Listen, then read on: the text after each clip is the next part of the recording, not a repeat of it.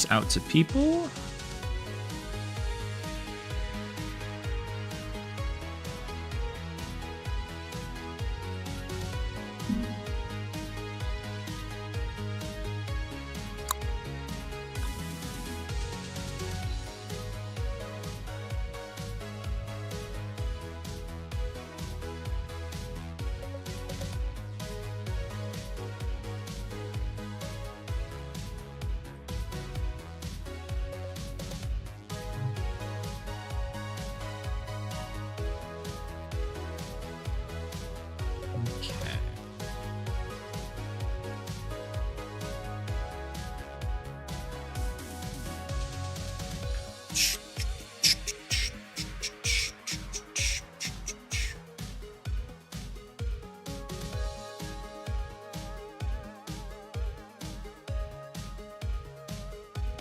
And that's all done. All right.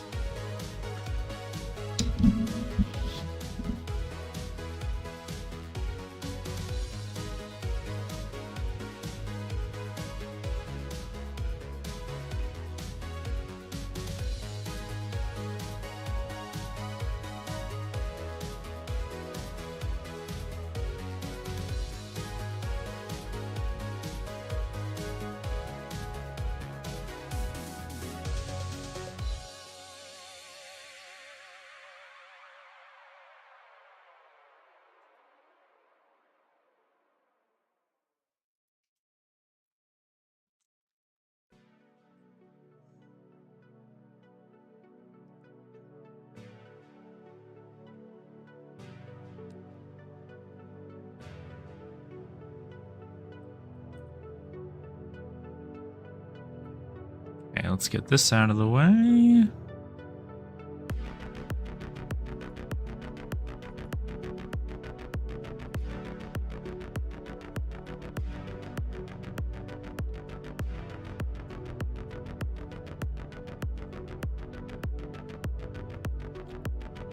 All right, here we are. Time for some wonderful Clash Bash goodness. So, hi everybody, how are we all doing? Hopefully we're doing good. Hopefully we're doing good.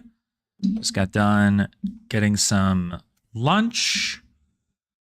Working on making sure that that's all taken care of. I'm gonna try and fix my webcam real quick. Yeah, I don't know if I'm going to be able to do all that. So we're going to just enjoy the dim lighting. Maybe I can do this a little bit better. There we go. So, all right. So today we are actually going to be going ahead and working on some deck lists for the Clash Bash. Now, I've done a couple so far. I haven't gotten super deep into a lot of them. Oh, I just realized that the Clash Bash stuff is up on the thing. So that's sick. Clash Bash over here on the wonderful homepage of Fabrary. I need to post more of my videos over here. I realize I haven't been doing that recently. So I need to make sure to do that. But first, we need to take a look at some lists, right?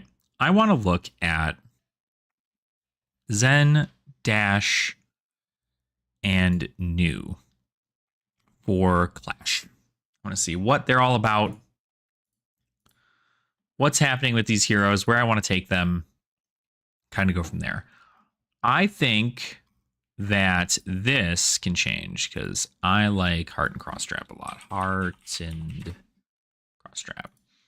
I like that significantly better. Now this deck is a deck that I recently just made for Dash, and it has 2 Technical Cores, no Spark of Geniuses, but I might put Sparks in there. I'm just not sure what I'd take out outside of that. But we have the 1 Hyperdriver, we've got Boom Grenades, got a bunch of other stuff, but this is OG Dash. I'm thinking about keeping this in here. Theoretically, I would like to get Spark of Genius in here, but I don't know if it's probably not gonna like get to me in time, but I'd like to test and see if it's worth the shot. Now, what would I take out of here is the real question. Probably would take out the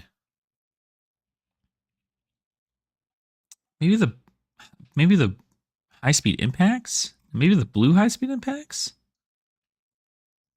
because a 0 for 4 go again boost isn't terrible, and if it hits, next thing gets dominate. I don't know if this might be the better bet, but I'm very curious to see if that is what we should be taking out. Most of this deck, what it consists of, is we are looking at cards that pretty much prevent your opponent from using a lot of equipment, right? Kind of blocking out their equipment and making sure that they can't use it. So like lay waste, outpace, all that stuff. I might just...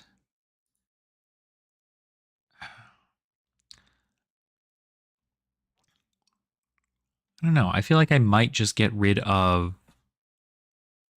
red high speed impact. I feel like that might not be a terrible choice. But I guess we can just test it, right? See where the damage is, because we want to prevent more. We don't want to do more damage than anything. So maybe that's actually not right. Maybe we take out the blues and we keep in the reds. Because a 1 for 4 go again. It's good.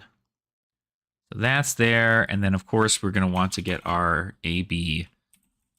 Gonna want to keep an Oasis in the inventory because that's what we do. And we also have the Null Rune, but we only need Null Rune, the gloves, the hood, and the chest, because we have AB on our feet, which means we have 2 more choices in here.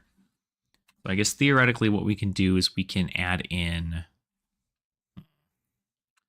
Let's add in... Acknowledge. So what's our weapon of choice? Our weapon of choice is Talishar. I might opt for the barrel shot, but I'm not quite sure if I want to do that. Because you essentially just want to... Maybe Expedite might not be terrible, or Dive Through Data, Dumpster Dive. No, not Dumpster Dive. Probably...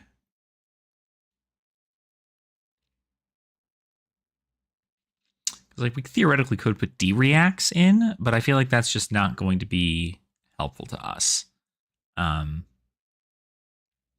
We have Bull Bar. Not a terrible choice. Big Bertha. Maybe if we're trying to get through a lot more stuff here, we might end up using Protocol. Backup Protocol. But I have... where's the card? I am running Soup Up, right? Am I running Soup Up? I'm not. So maybe we should just... Maybe if we're like looking to go tall, we can run Gigawatt.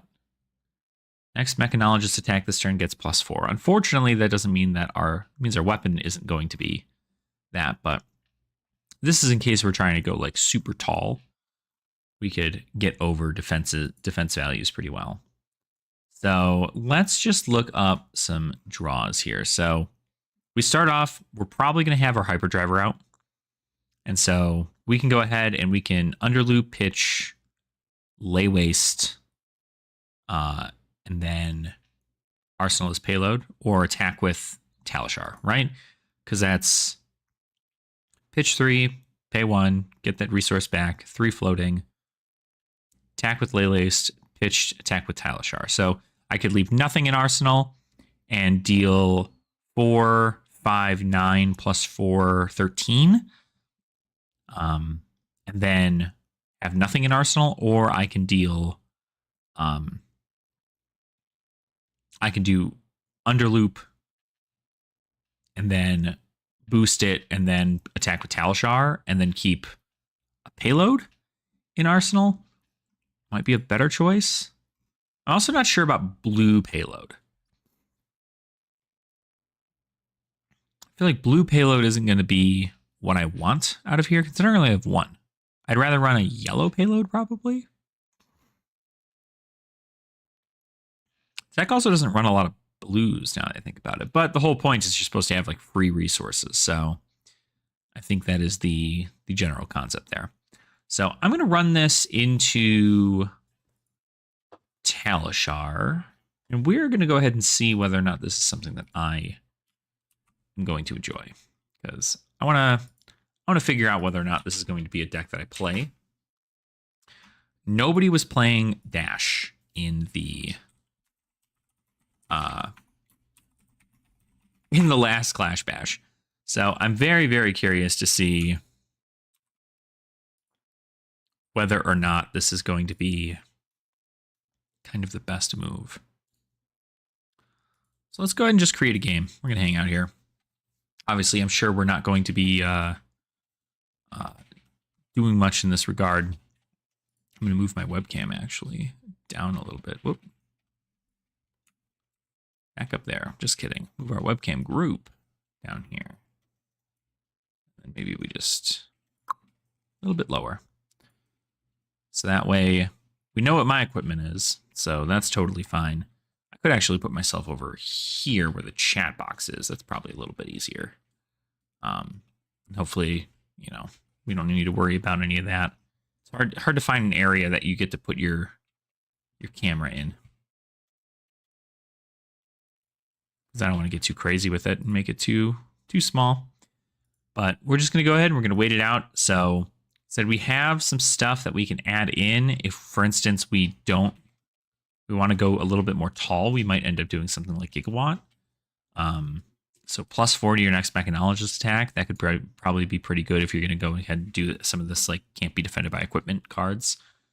Or maybe we can try out the getting rid of the high speed impacts, because this is a 1-for-4 attack that boosts and then gives your next boost dominate.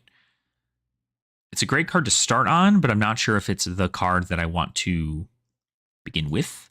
T-Bone is a great addition. Obviously, T-Bone does great. Panel Beater is going to be pretty good here. Fender Bender. But if we Gigawatt into high speed impact, this comes in for, you know, what is that? Comes in for 8. 8, and then the next one you have gains dominate. So unfortunately, you don't want to really you want to play this and then play your first one, as opposed to playing this and then playing this, because it needs to be on the combat chain. So it is very important that you check that to make sure. I'm still also not sure if I'm comfortable wanting to do the Talishar or if I want to do Plasma Barrel Shot.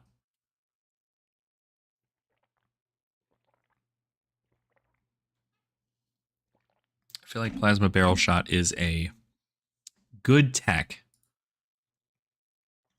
but I'm not sure if it is where I want to be at this very moment. So we have several things to check out, right? I do still want to see whether or not my new works out. I did get some gameplay in with new earlier today, and that was really, really nice. I was able to really kind of test out everything that I needed to for it. And the deck runs super well. It's just kind of weird placement. Like I almost feel like this Razor Reflex should be a Razor's Edge instead. And you're just trying to like pump. There are situations in which like I should have gotten additional damage. I didn't. I beat a Viserai with it, which felt really good. The Viserai deck was very much so like a turtle build of Viserai. But I was able to get over their defenses and still be able to present some damage, and they ran out of cards pretty quick. The only thing with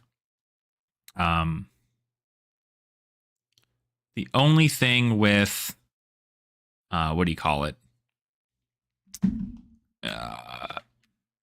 With her is that you need to you do the mirror match. I made a significant mistake, and I should have changed it because I have. That's weird. I only have one. I have one Oasis Respite down here? I had two. Interesting. I thought I had two. But essentially the concept is that you want to take these blue hisses out because you don't want your opponent to be able to use them. Blue intimate inducements are also something to probably take out during the mirror, but I don't know how often you're going to be running into the mirror. That's really the change there, right? Let me just do this real quick.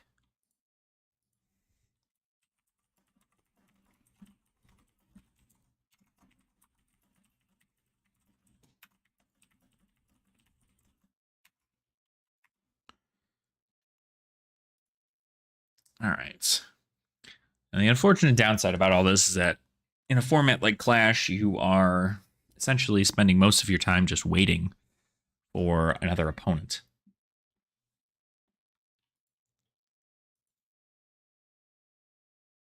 So it's a bit of a wait thing. But while we're waiting, we can look over lists. Zen, I believe, is going to be an interesting build. I'm not sure on this build specifically, but there's a lot of people who are looking into the Bonds Zen builds, and they seem to work fairly well. Yep, I'm testing Dash. I'm testing Dash right now. So into the gauntlet. Yeah, I'm just trying stuff to see. It doesn't have to be like whatever the meta might be, but I'm just trying to see if she's consistent. And is able to present like a stupid amount of damage.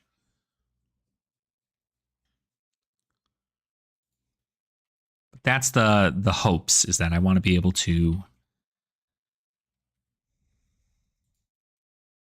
you can just run anything. Doesn't have to be much. So, Vorian Atreides, a Kano player. Yikes. Well, I guess we're gonna do this then. There's always the Kano. We are gonna rip out some reds. It's a blitz tag. Is it? How do you know? Maybe we'll take out the throttles.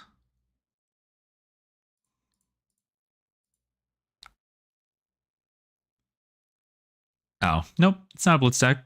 It just doesn't look like it to me. We're gonna get out of hyperdriver. Okay. This kind of sucks, but understandable. I might just I might just pass.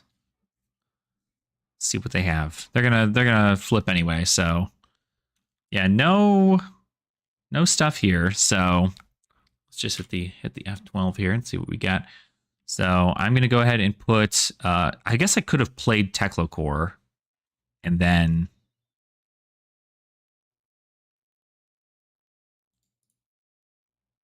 it's like a little bit better.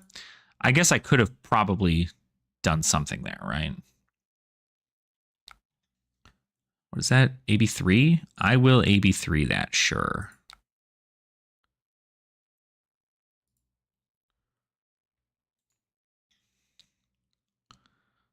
Don't have much to worry about here. Waning Moon. I could AB2 that.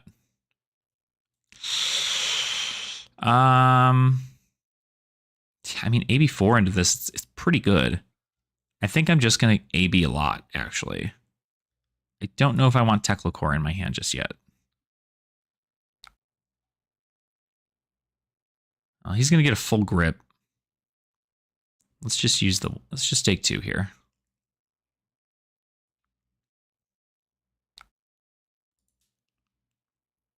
Okay.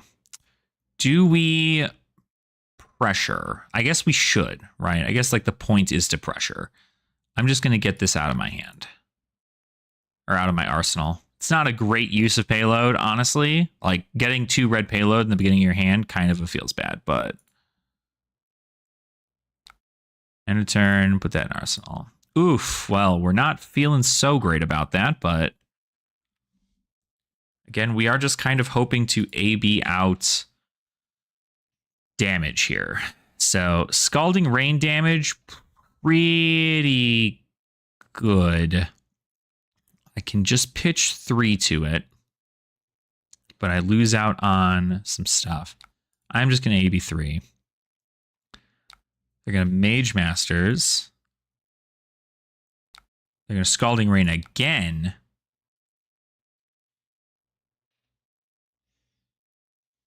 No, we'll AB 0. That's Blazing Aether. Okay, all right. I mean, that's just more damage. I really can't like provide a ton of damage here, and that's kind of unfortunate. Because what I can do here is I can pitch.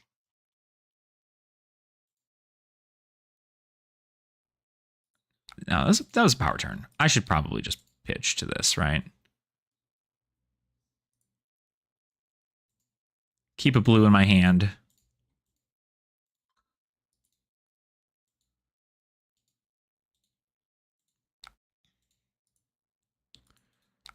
Okay.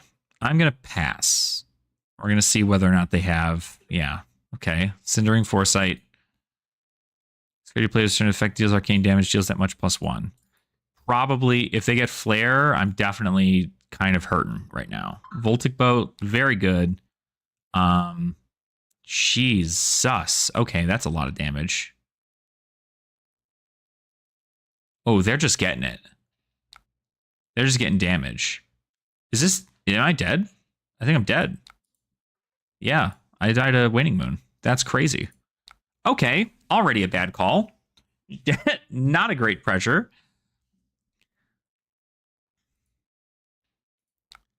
Not awesome pressure there. That was very, very well piloted. And of course, into a hand of all reds, can't really do much. So, not super great. Let's go ahead and do that again. But this time, maybe we will just try to do a little bit better. Might just be deficient in blues. And that's easy to do. I can easily just change that up and see what's going on there. Obviously, we are just testing, so it's not like it's, the end of the world. If we lose, we know why we lost. But getting into 2 red Voltic Bolt there after a Cindering Foresight, that's pretty good. That was a powerful Kano. What did that Kano present? 6, 12, 14 arcane damage on a turn. If they gotten like a blue Prognosticate off the top, I'd have been like, yep, that's it. Like, easy money. But once I took that 6, I was like, yeah, I don't have anything else. So some dice sets sent to you so you can just go ahead. Sure. If you want to do that, I'm down to do that. I am down to do that. My email is located. I think you can find it on my Twitter too, but do I go first or second? I think I go second. Crayons. I keep my stats here, so yeah, that's totally fine. I'd be down to do that. We're gonna start Hyperdriver. Okay, got a bunch of reds. Not super worried. My email should be, I can just put it down here since it's like actually it's a known public thing there. So, block here is not great. I don't want to block this, but I also want to block it. I need blues in my hand. I don't have blues. Scramble Pulse isn't bad. Throttle is good to keep. High Speed Impact. If I'm keeping any of these, I'd probably end up keeping the Scramble Pulse. So we'll block 3 here. Make sure they don't get a crazy good turn. Spider's Bite for 1. I don't care super hard about that. Infect for 3. They don't have... This could be a Razor's Edge? Or an Intimate Inducement? I'm just going to block.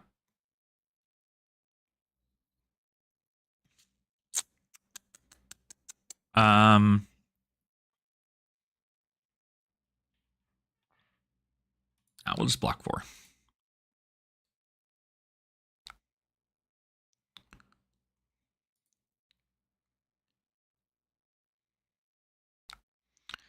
Okay, well, not the greatest, but not the greatest, but we'll see what we can do here. We're just going to go ahead and 0 to 60 for 4.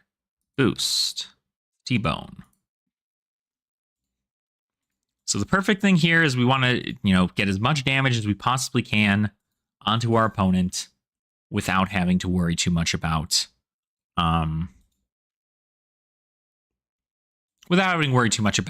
specifically where we're looking at. So, yeah, no, honestly, Degenerate, what we can do is we could even probably give away those as some prizes for the Clash Bash. So that'd be fun.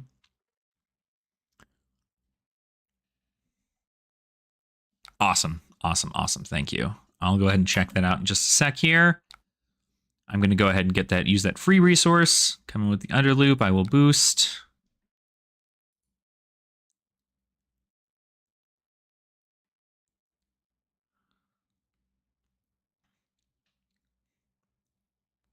So we got to try and leave them with, this is probably an attack react in their arsenal, if I were to guess.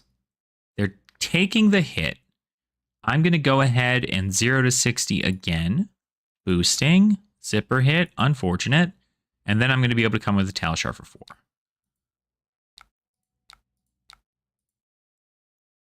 Pretty good turn, I'd say. There you go. Yep. I mean, that's, we're always looking for prize support and stuff, so.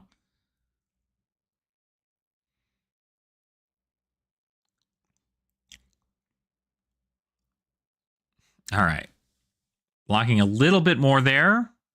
So I see a Razor Reflex. So Razor could possibly come in. Okay, this is for 3. They need to pitch for a Razor Reflex and then also one of these. So they're going to get the plus. So at this point, do I just take damage and say screw it, right? Because they're going to banish the top 2. And then I'm going to be able to Zipper hit. I could probably Boom Grenade, crank it, Zipper hit, Scramble Pulse. That might be the move, actually. I think I'm going to say no blocks here. Yeah. That makes sense. Bonds. Yeah, I don't care. That's fine. I'm going to be able to do more damage to you anyway, so. Do I have blues in here? T-Bone is the only blue I have. So, let's go ahead. Start it off. We're going to go ahead and we are going to... Yeah, that's right. We're going to Boom Grenade. We're going to crank it.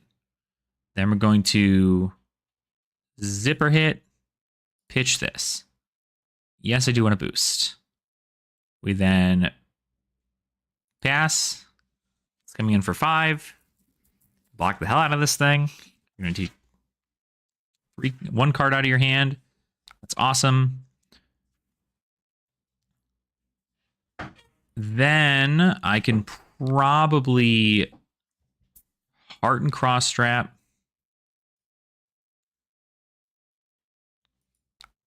Goliath Gauntlet into this Scramble Pulse, boosting.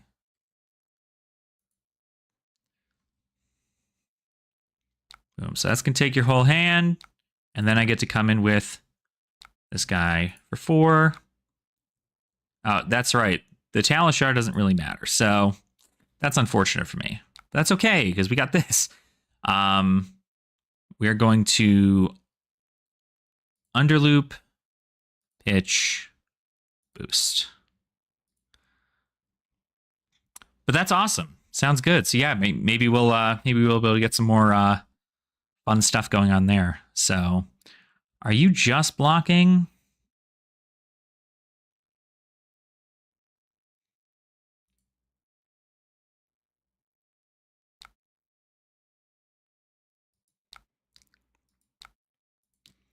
Six dominate. Six dominate. So I'm going to go through my deck pretty quick, but if they don't have the means to transcend, we don't really have a lot to worry about.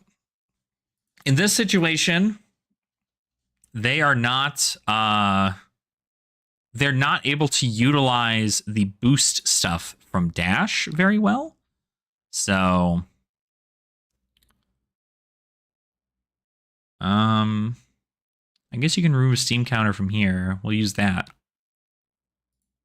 And then we'll get probably a 0 to 60 back.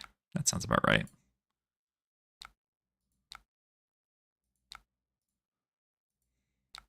Okay. I don't care about this.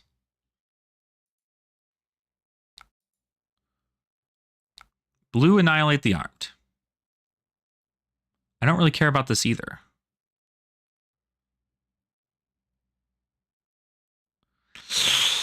Because what we can do is we can underloop, we can boom grenade, pitch, T-bone,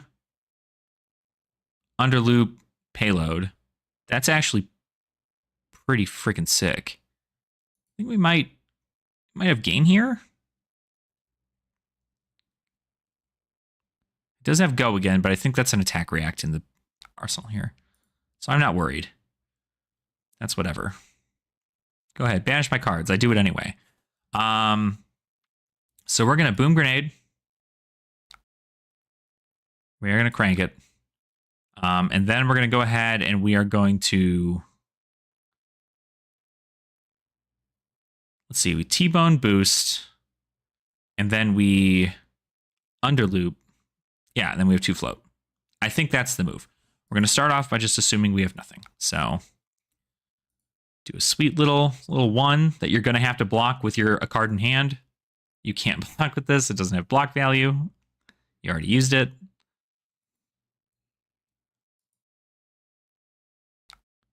Okay. Oh, you have to block with it. Sorry, I don't know why the hell I'm thinking about it. Yeah, that's right. That makes sense. I forgot. Then we're going to do this. Pitch that. I will boost. It's going to come in for 4. Block with 2 cards. That's what I like to see. Good game. Boom. Gorgeous.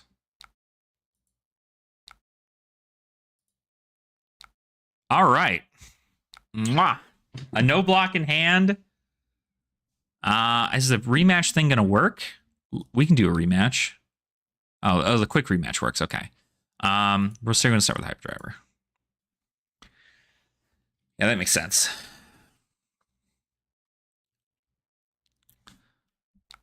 All right, let's go ahead. Got the 1 here. I'm going to probably just block with this payload because I don't want it in my hand right now. Spider's Bite. I don't care about the Spider's Bite. Usually the beginning assassin turn is just doing that. Okay, so you have an Art of Body and not a double trouble. So you can pop these, but I don't suggest doing so. I want to keep the payloads, but we're gonna. Oh, that's right. I have to.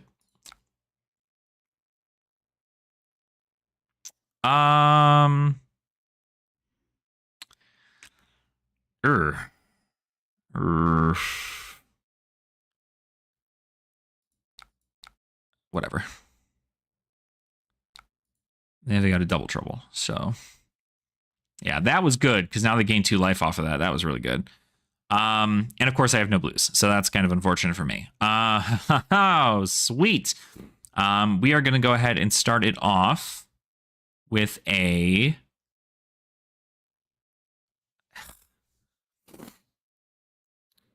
We really don't have much we can do here. So, yeah, I do have Hyperdriver. So it's not like the end of the world, but... So the least I can do is I might just throttle.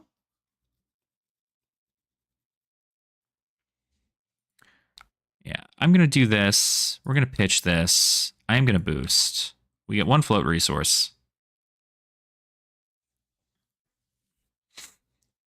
So we're going to see how much damage they try to present here.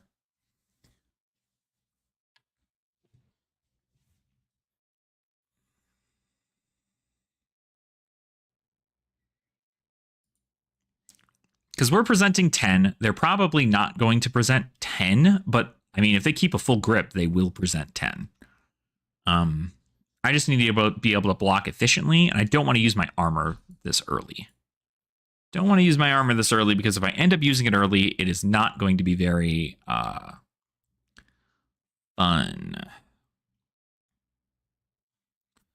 So let's go ahead and do that. Okay, I get that at the bottom of my deck. That's really good, though. The recursion of the cards, incredibly powerful. This actually might be the better choice here. Just because it makes it so I will not boost. So that way, if they try to block with equipment, it blocks for one less. So, but it's just 5 damage, not the end of the world to them. PV level quest system. Made one a while ago and updating it. Could be used in PvE and start. Oh, nice. There you go. Yeah, that's something that I wanted to do for PvE, was kind of figure out like a dungeon crawl leveling up. And not like directly like a level, like your character's level 1 and then level 2 and so on and so forth. But that sounds awesome. It sounds like a fun time. Yeah, they're just going to take 5. Because there's no reason not to. All right. There's that spark, so that's going to be helpful. I don't care about this. You can do +1 on your shit. I'm almost willing to just take everything here, honestly. Because if it's throttle, pitch, boost, throttle, go again, spark of genius, I think, or I could even Talishar. It's not terrible. I don't want to block. So it's interesting to play the contracts. Yeah, Infect. I mean, I'm not in love with Infect. Maybe I just block with Spark? No, I want Techlocore. I want the Techlocore. Maybe I just block with this. Yeah. Yeah.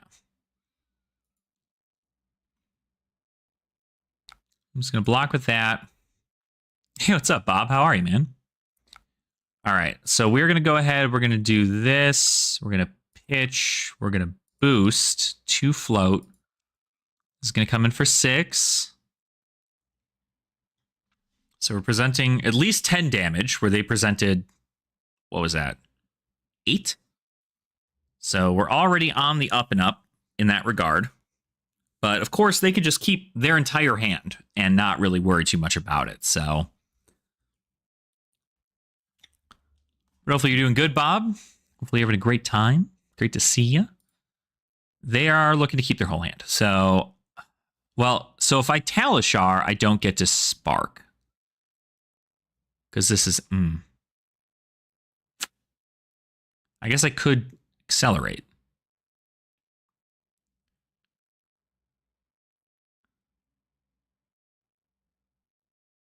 Yeah. I mean, I might do that, honestly, because it's not a bad call. So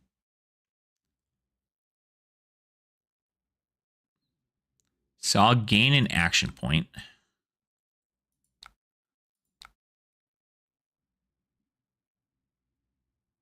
Spark first. Oh, rip. That's whatever. I don't care. I'll figure it out. I don't play Dash enough. Seems Lorcana beat Fab to the co-op format. Yeah, I mean, I kind of figured something like that would happen. Flesh and Blood isn't really like... They talk about like a PvE format, but they certainly are not... that's not their focus. And I kind of know how that works. We're going to pay 0. And we're going to get Declacor. Oh, I still get to draw. Good on me, I guess. So...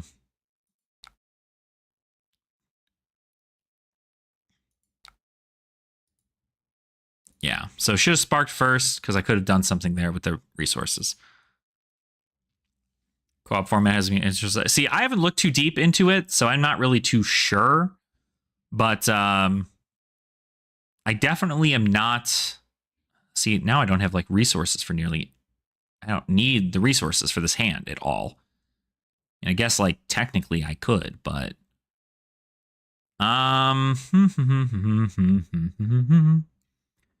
yeah.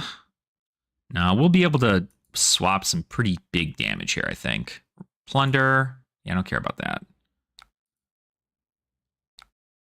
Double Trouble. They've got one float that's a blue, and they have the ability to do resource shit. So this is what?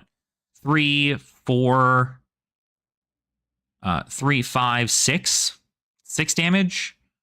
I could block 6 and chill.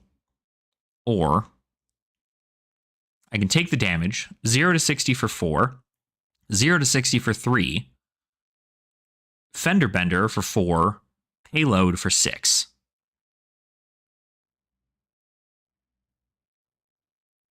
Payload for 8. Yeah. I feel like I don't care.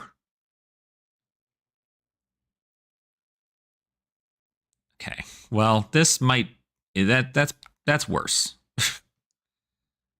That's worse, actually. But I still think we're good. I still think we're okay. So I got 2 floating resources. We get to go ahead. We're going to come in with a... Oh, wait, no. Oh, shit. Next attack action costs 2 greater. I just use it now. Never mind. I don't know what I'm talking about because I don't want to break the chain. So we're going to use it now. And then we're going to go ahead and we're just going to 0 to 60. Boost it.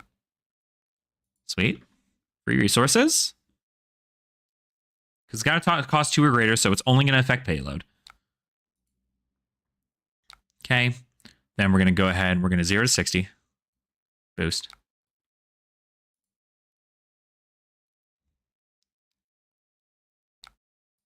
Got it. Then we're going to go ahead and we're going to Fender Bender. Boost. Comes in for 4 and get plus X, where X is the amount of equipment defending it. So if they're going to want to keep a card from hand, and they're going to want to block with equipment, but this gets plus X, so it just kind of nulls out these equipment pieces. Pretty cool. And then we just hit you with the payload for 8. Dominate. And I win. I think. No, 3 damage. 4 damage. It's okay. You still have nothing? It's pretty good. Yeah, I have no floating resources, so I'm not worried. Arsenal that. All right. 2 floating resources. Easy mode. That's what we call this. Easy mode. I'm going to go ahead and I'm going to... How much can we get out of this? We get 2 free resources. So I'm going to Scramble Pulse and then Lay Waste and then Pitch to Panel Beater. That's 5, 10, 15 damage. And then... yeah, 15 damage. I don't think they can block all that. So I think this is a W. So we start here. We hit this. Hit the cross wrap. We go ahead and we swing with Scramble Pulse. I'm going to boost.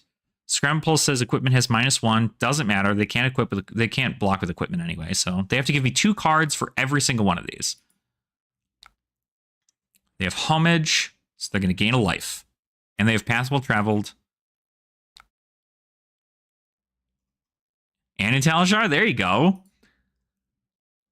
So they're going to new. What are they going to even do? They don't have access to any of my stuff. Interesting. Okay. Pass. Then I'm going to go ahead and I am going to panel beater. Boost. I think they're just trying to like get cards out of my hand, I guess, right? You're going to new again. I'm still not sure what you're diving for. My entire deck is Mechanologist. Yeah, that's a W right there. Good game. Good stuff. Good stuff. Love to see it.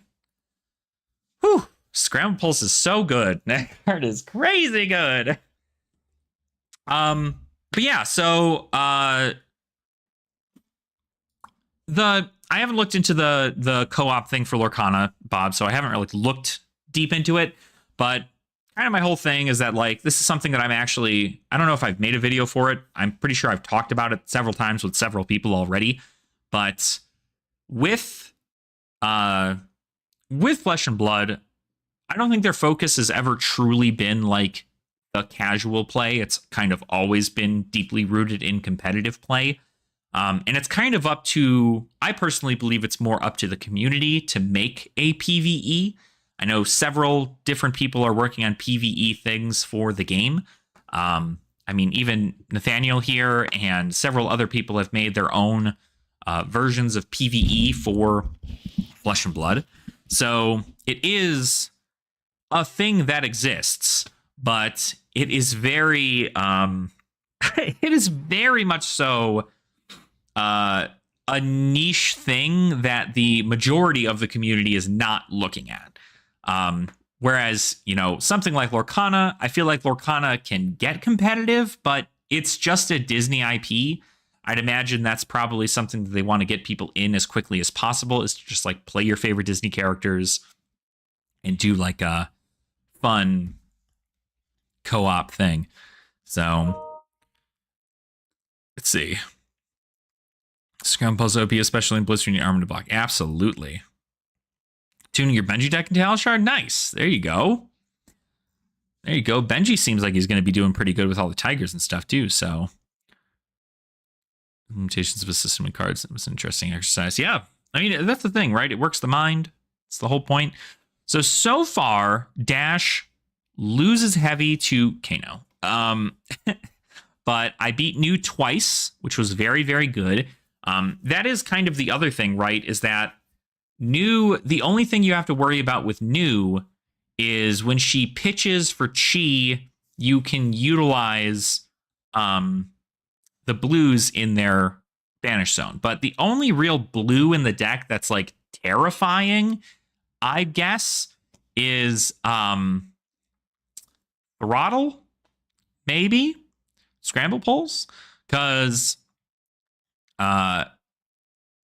you can't get the go again on those cards because you don't boost, right? New does not boost. So it's kind of a tech way, but it's definitely a race, because if you're not racing your opponent's going to be able to just pitch, or just going to be able to attack you with cards that banish, and it's fine. But like, your deck is a resource. Every card in there is a Mechanologist card, so you're always going to hit. I feel like that was what they were trying to do at the end, is just like get as much damage as possible. But I'm able to present anywhere between 13 to 18 damage a turn consistently, and I feel like that is it's kind of the way to do it. So I'm going to go ahead and we're going to go ahead and send it through again. If anybody's looking to get a game going, feel free. Degenerate, let me get you my address here.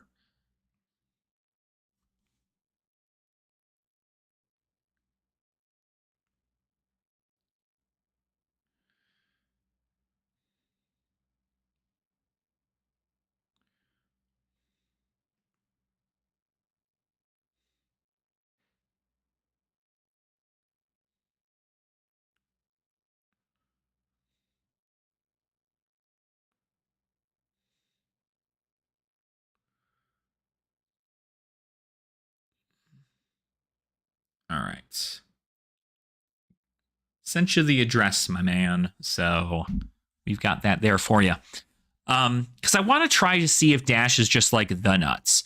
Currently, you know, I just have to figure what I want to pitch into what, and there's a lot of reds in the deck. So I think that might be the downfall compared to going up against a wizard. But like in that situation, there was that situation where they came in with a, what was it? Four of it. It was like 4 arcane. Oh, a Scalding Rain. He came in for 5, and I should have Oasis Respite that second Scalding Rain, so that Blazing Aether came in for 1, and I dealt 2 damage to me. But instead, I got dealt 5 damage, and then blocked out 4 of it, and then got dealt 6, technically. So Blazing Aether is just one of those cards, like you kind of expect your opponent to play it on their big Aether Flare turns, but didn't end up working out super well for that. But yeah, so that's super sick. I like Dash. I think she really windmill slams a lot of the stuff. I'm just curious when I'm going to brick a Spark of Genius. You know what I mean? I think that's my one fear of this so far, is if I'm going to brick a Spark of Genius. Because if I do, it feels bad. If I don't, it feels good. So it is what it is, I guess. But the deck isn't like terribly awful. I want to do something different with these 2 slots, but I'm not sure what I want to do yet. I'm also still not sure on Talishar, because I almost feel that if I played Plasma Barrel Shot, it would guarantee even more damage, and it would be a Mechanologist attack, because it's got to be an attack action for Boom Grenade. There are times in which I'm even thinking about starting with Boom Grenade. Like, would it be smarter for me to start with Boom Grenade on the board than Hyperdriver? Like, if I turn 1 instead of turn 0, if I go second, do I Boom Grenade? Or, because if I go first, I should Hyperdriver. But if I go second, I should go Boom Grenade. But with only 1 Hyperdriver in the deck, I kind of feel like it's your big choice. Because you don't want to play Hyperdriver. That's crazy. You don't get to crank it like Max does. That's the other deck I want to check out, is Max. I want to see whether or not Max is going to be the better version, almost. The Hyperdriver related hero. So yeah, I watched it. I didn't watch the beginning commentary or most of it. It ended up being right directly at the end. Reinar? I'm gonna go second.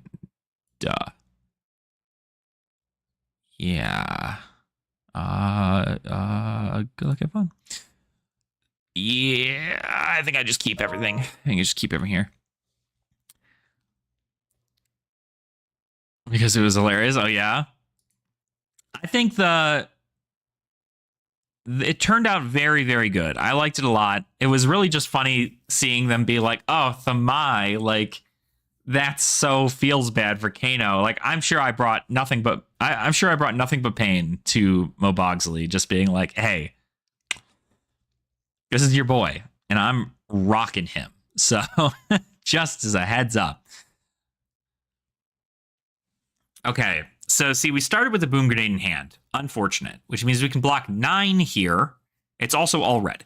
We can block 9 here and hope for a really, really good turn against them for this, right? So they're going to pitch. They're going to Assault and Battery. They discarded this to get an Agility token. So it's just 6. That's perfect, actually. We can just do that.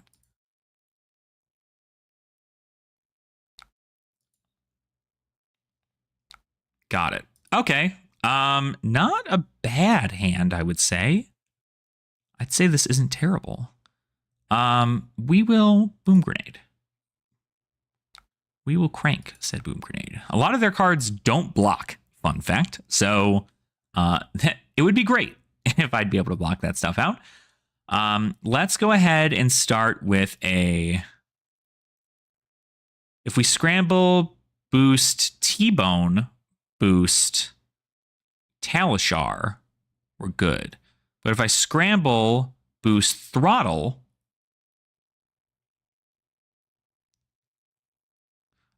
because like we could use our armor here, but I'm not, like, this is 4 damage. I don't want this to like get ruined. Maybe we do that instead. Maybe we do that.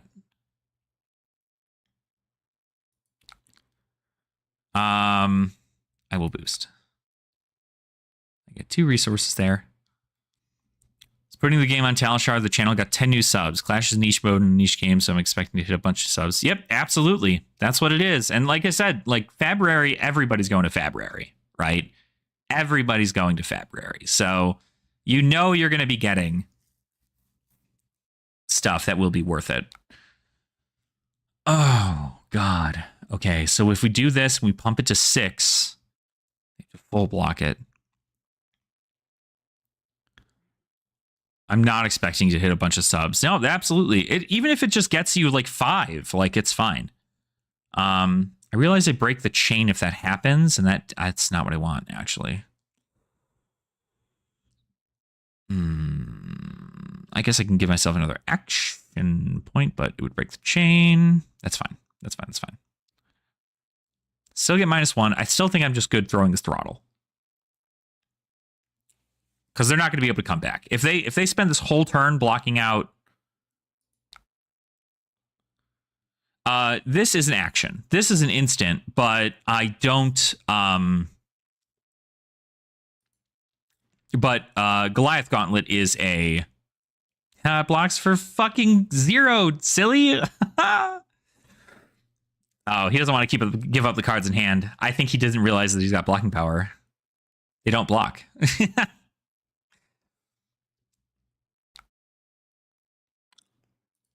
Sweet. So I deal 8 to you? Oh, yeah, that's what I'm talking about. That's what I'm talking about, baby. Now full red hand, of course.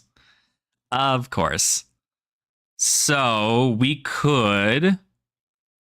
So yeah, Scramble. Scramble made it so they didn't block. I might just take 3. What do I come in with this turn, right? If I come in, I can 0 to 60, boost, get a free resource, pitch to outpace. So that's 4, 4, 4. That's 12 damage on an all red hand. Not terrible, because that's lethal. And they have to block. Because I'm almost fine to... Oh. Didn't even have anything for a go again? You had 1 floating resource. What? Because I could also payload, but I'm not really looking to do a bunch of block there. Although... No. Wait. Yes. Yes. Yes. Yes. Yes, yes, yes, yes, yes, yes, yeah. I'm ridiculous. God, I love Dash so much. This is ridiculous. I'm like, wait.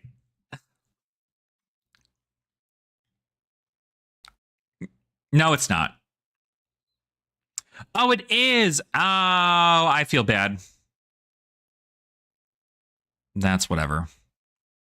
No, it's fine. I'll live with it. I'll live with it. I make these mistakes. It's what happens. We're just going to have to make it happen. What we can do is we can outpace here. Well, we kind of want to get the Goliath Gauntlet value out, right? We'll keep the outpace then. Yeah. 8 dominate. Get to use that value on there. Unfortunate. Yeah. It's okay. 3-card hand, though. But you probably can't do 17 in a 3-card hand. Yeah. I don't know why. I don't know why I thought it was more.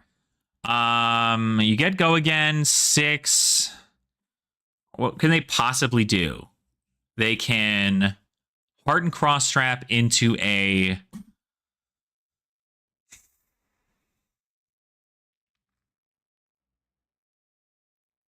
I deal just such insane damage here. They could barraging beatdown, cost 0, and then heart and cross strap into a show no mercy. So that would be 2. I'd be able to block 3 of that. That would come in for 9 if I blocked. That's 12. What's 9 plus 6? 15? No, they don't have it. They're going to have claw.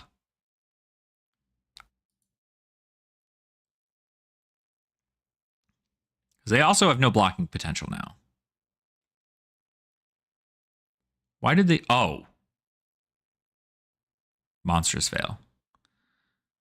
Goliath Gauntlet. Yeah. Well, did we call it or did we call it? So he didn't get a 6, though, which is crazy. He ended up discarding his Sand Sketch Plans, which is not a 6. So this also doesn't have go again. 8 damage, whatever, right? That's fine. Because I get to come in with 2 boost, 0 boost. Yeah. Pitch this. T-bone. Outpace.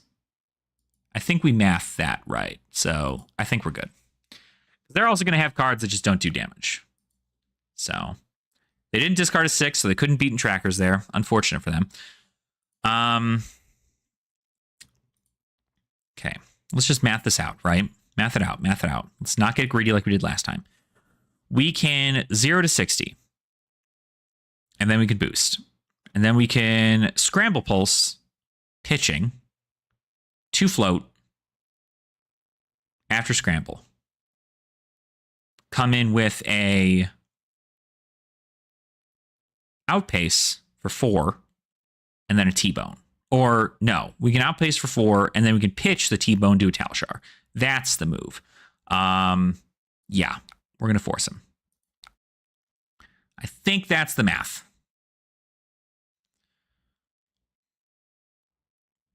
Do with this, because this effect doesn't really matter right now because they don't have any defending equipment, so can't really do anything about it. Pass. Then we're going to go ahead and we're going to Scramble Pulse, and we're going to pitch this Scramble Pulse, and we're going to boost. This is going to come in for 5. They have to block fully, pretty much. I mean, they can block with 1 card, but it's not going to work. They also have, again, they have no blocks in the deck. I'm sure they're running Bear Feigns. So, okay, block with Show No Mercy. That's fine. Pass. Then we're going to come in with an outpace. We are going to boost. And then we're going to come in with Talshar for 4. Okay, so that's going to prevent the next 1. That, pretty calculated. I might keep the T-bone. Because they've got 1 card in hand. They're not doing, well, I mean, theoretically they could. Oh, they gave up. Okay. Go game.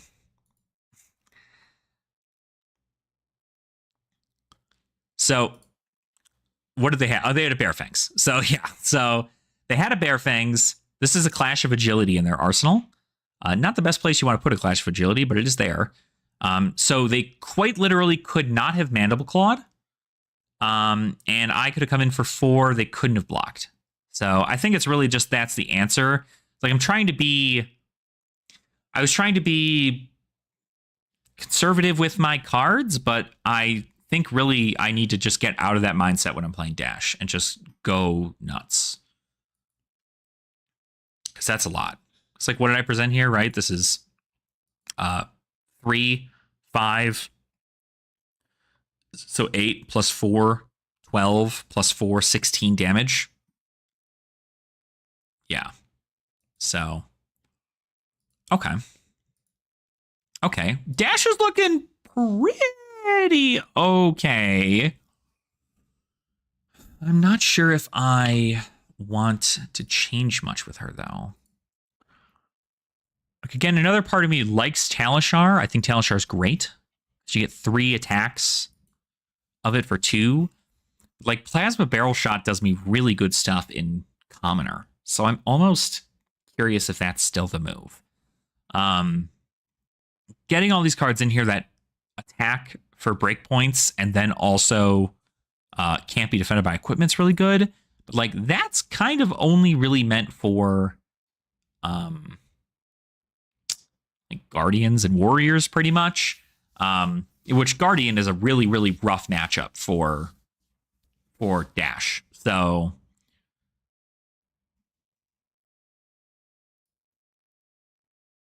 should use a pistol, just pick one. Yeah, I don't know. Because, like, pistol's not bad, but, like, you gotta load it. I want to use all my resources each turn. I don't know if I want... I don't want... I could run Symbiosis Shot, but you don't get a big deal out of it, right? Because what? Symbiosis Shot is... Symbiosis Shot. This isn't, like, a great one. Yeah. Yeah, you can put a Steam counter on it. And so if I get... You have to play a lot of items to do this. So this is definitely more so for, like, item build stuff. But if I just use... what the hell is the name of the pistol? Tecloplasma pistol. So remove a steam counter from Tecloplasma pistol attack. There are no steam counters on Tecloplasma pistol. You put a steam counter on it. Get go again. So this is a significantly more like setup ability, because then I can just come in with pistol, right? I can just doom pistol, do pistol, do pistol, do pistol. And it costs 1 resource less technically, but it comes in for half the amount. Talishar's a breakpoint. Pistol's not. Pistol happens more often, but I have to load it. Whereas I don't have to load anything here. Which is why I like... How many items do you get out in a turn? At most 2, right? Because I can boom grenade, blah, blah, blah, blah, blah, and then get something else. Talishar's still good in the quick games, yeah. So maybe I just take out this.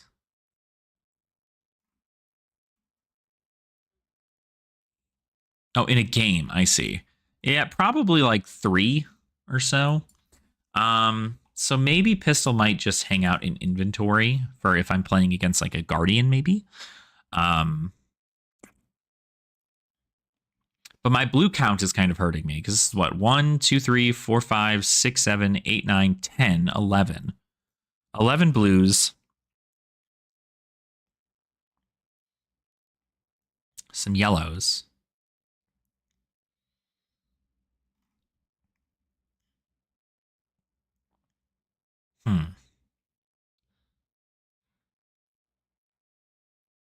I wonder if I play Boom Grenade into Kano.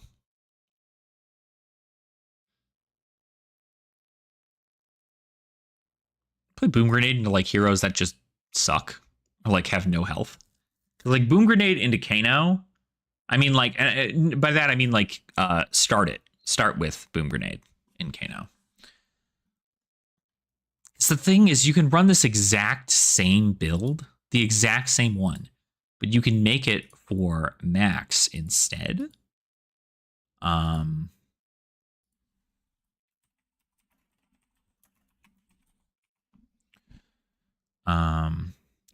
Brutus is not legal in Clash. You tell me, bud. The hell are you? There you are. So Banksy, obviously. This, obviously. Probably the same, like, same stuff. Hardened Crossstrap. Goliath Gauntlet. And then,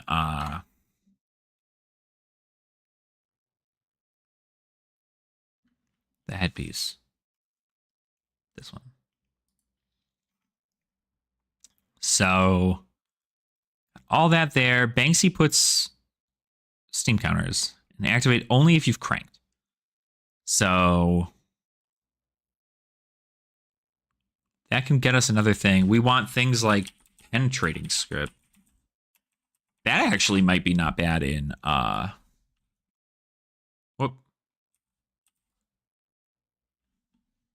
penetration script. Like this might also not be bad in dash, because if I can start with this on the board, it starts with a steam counter on it, and you just go ahead, you come in +1 to all your mechanologist attacks.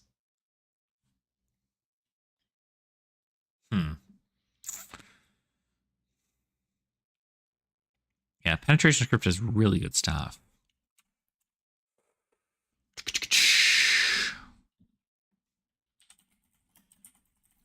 Because if we just made like a hyper driver deck, right? We pretty much, we add in the drivers, because you might as well just play them.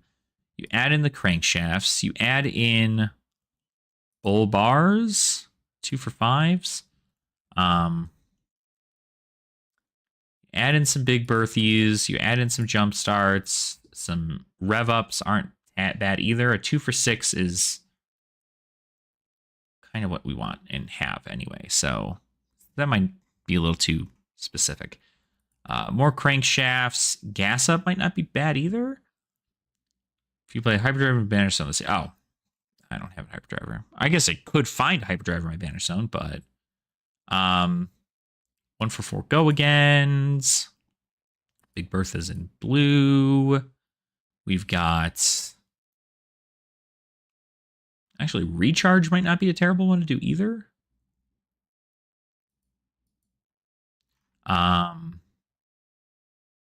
more crankshafts. And then we run... I mean, 1 for 3s also. I guess we can't really hate that. Then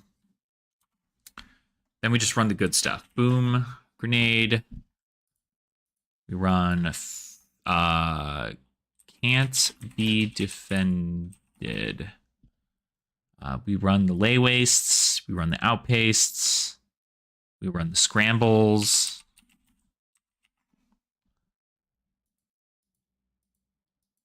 Then we run the... What the frick else do we run? Because we can't run Spark and we can't run Teclacore. Oh,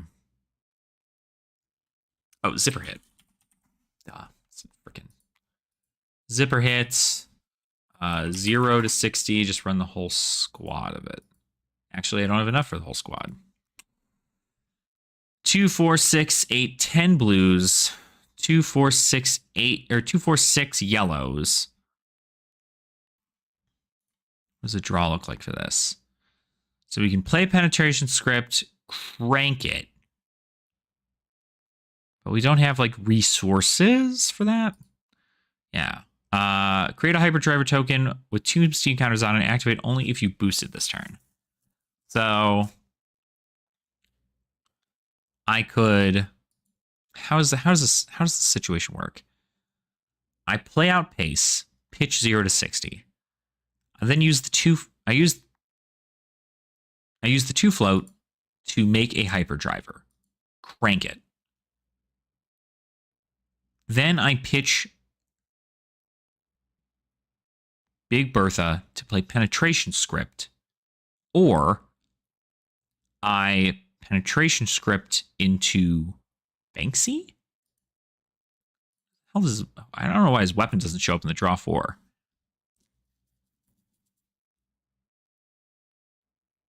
I guess I can... Bertha? That works. So, and this, so come in for 3. So it's 4, make hyperdriver 3. Not as threatening, but the next turn very well could be pretty powerful. What about something like this? So we don't have a hyperdriver, but we can go ahead and pitch this, boost a lay waste. Then we can use the 1 float and this to pitch to make a hyperdriver, and then I can use Jumpstart to come in with a Banksy for 3. That's 8. So it seems like it's like more consistent 8, but you get constant hyperdrivers. That's the trade-off, is you're able to just make hyperdrivers. And then like next turn, I'd be able to do, I have 1 hyperdriver with 1 counter on it, because I probably would have cranked it, right?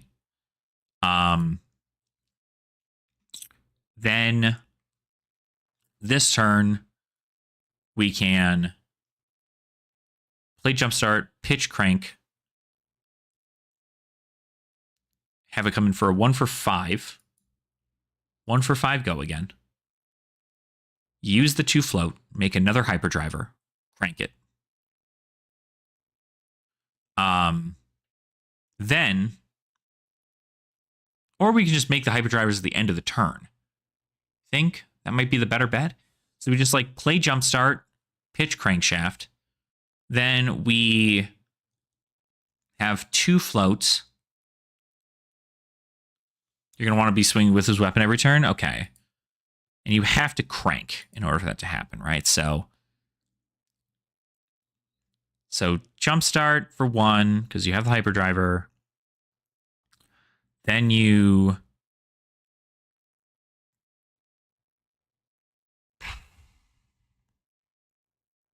Scramble Pulse for 3, boost, pitch 3, attack with, or use Max's ability, crank the hyperdriver, attack with Banksy. And that's 5, 3, 8, 11. It's 11 damage. Hold on, I gotta pee. Give me 1 sec. I don't know if that's, I don't feel like it's as explosive, but I'm sure there's something there that I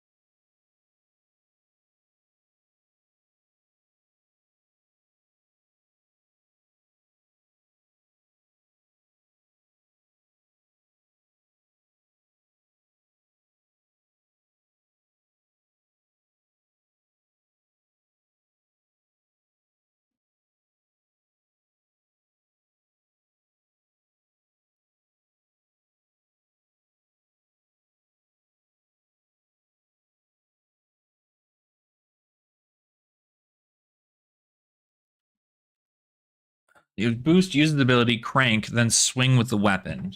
If you don't, it's easy to run it down. Yeah, I think you're coming in with kind of more consistent stuff, but you also have to run probably more items. Was there a Clash list for Max? I feel like there was one I looked up that was pretty good. Maybe it was yours.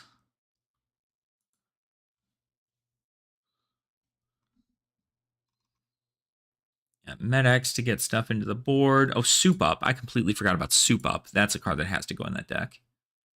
Pen Script.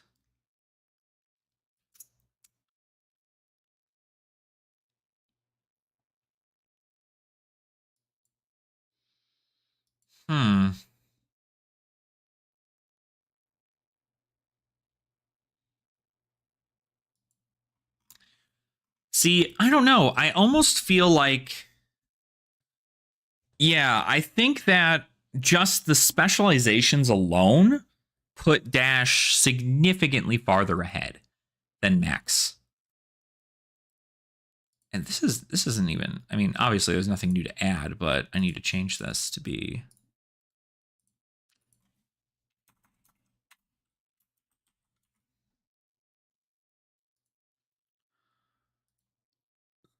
So now I'm sitting here wondering, like, do I maybe remove a Boom Grenade and put in a Pen Script? So that way I can start, like, maybe I do pen script against Guardian if I'm going second.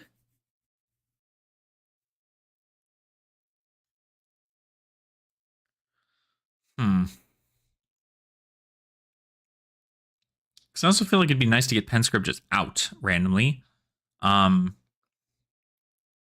maybe I remove a spark and I put in a pen script. Because I don't want to lose a spark. Nice to get at the start, yeah. So maybe, well, because we're gonna want resources. Let's try it, right? Let's give it a shot, right? That's all we can do. Okay. Let's try this again.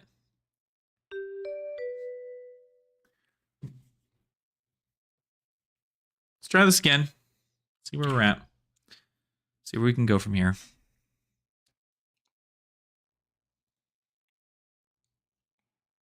Yeah,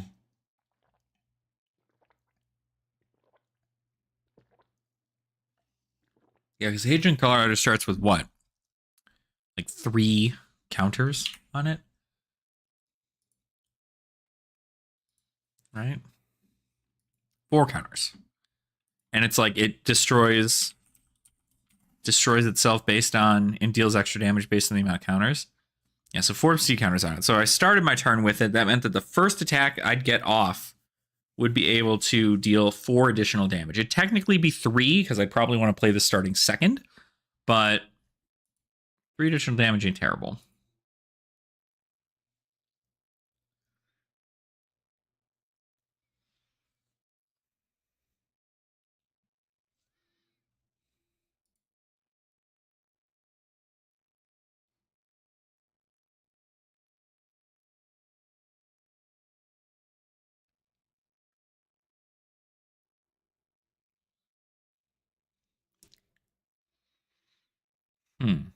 Yeah, so if I go first, I take driver.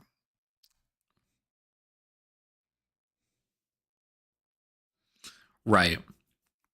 Because, like, I'm fine doing, at that point, I might even just, like, remove the boom grenade and add in the Hadron. Because, no, boom grenade's probably still better. The only difference is that Hadron stays around longer.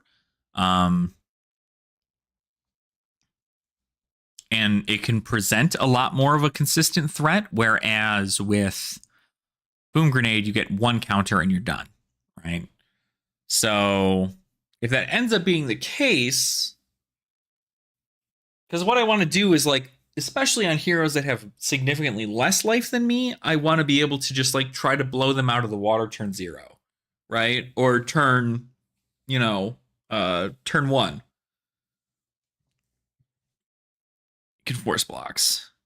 I mean, in a way, it also forces blocks too, right? Because Hadron Collider does start your turn, destroy it. When you boost an attack, destroy this. If you do, the attack gets plus X, where X is the number of steam counters on. Oh, it just gains attack. That's right. No, you're right. You're right. It does. I don't know why I thought this was like boom grenade, but different. So, yeah, if you're presenting like more damage, is pretty good, but not really. Because that way we just have like 1, 2, and we have 1, 2, and 3. This is our way to do side. You know, like Dash can be pretty special in the way that she plays. I feel like this is kind of the way to do it, right? This is like the sideboard options, right? If you're going first, you play Hyperdriver and you just try to get as much stuff as you can out of there, and then you have 2 more Hyperdrivers on board. And you use that free resources on turn 0. But if you're going second, you can utilize penetration script if you're trying to go wide and deal more damage, or if you're trying to get 1 big attack off, or try to force blocks, you can boom grenade. So if you're going against like Ninja, you might want to play boom grenade first. If you're going against Guardian, you might want to play penetration script first. And if you're going against like Warrior, you might want to play Hype Driver. Or Icelander, even. Icelander's probably the play for Hyperdriver.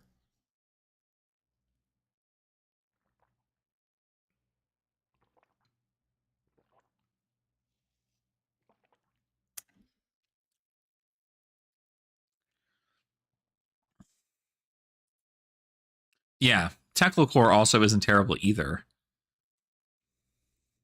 I wish you could. I wish you could see your hand before you were able to choose your item, because God, that would help so much. But I understand that would be way too busted. But luckily, Spark can get us pretty much anything we need, right? Because Spark, we just need to pitch 2 to get a pen script. We need to pitch, nothing to get a boom grenade. Drop Hyperdriver overall. It's definitely good. I mean, 2 resources at the beginning of your turn for 2 turns. Like, that's good. And then you just run another one. But I feel like Hyperdrive is just like a little bit more consistent because you get just the 1. And sometimes you only need just the 1. I mean, Zipper Hit costs 1. You get pitch a red and you come in with Throttle. It's also, like, I guess that's the other thing. It's also not like you have to pitch if you're going to try and like search for it with Spark. Which is almost why I like Boom Grenade more, because like you can just Spark Boom Grenade, get that ready for next turn.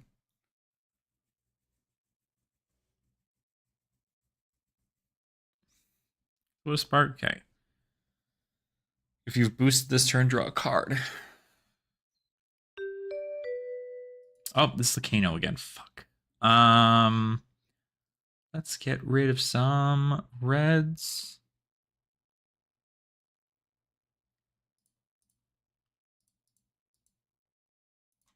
Change our equipment.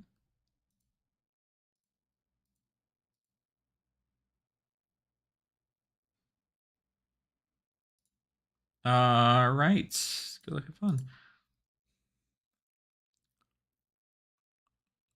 All right. Are we gonna start? Uh-oh. Network errors happen. Do we start with Boom Grenade? Yeah? I'm going first. Now, if I'm going first, I should be Hyperdriver still. No, I'm gonna boom. Do I want to crank? Ooh. That's a good... Sure. Oh, no. No! What? It asked me to crank... Whoops.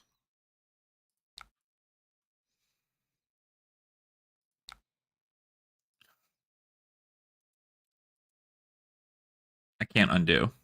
I can't undo that there. Fuck. Start of this turn.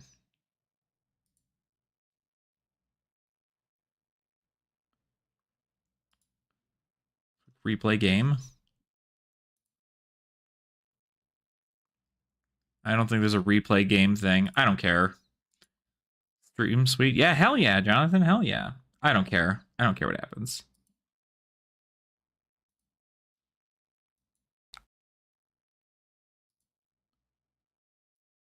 A quick rematch.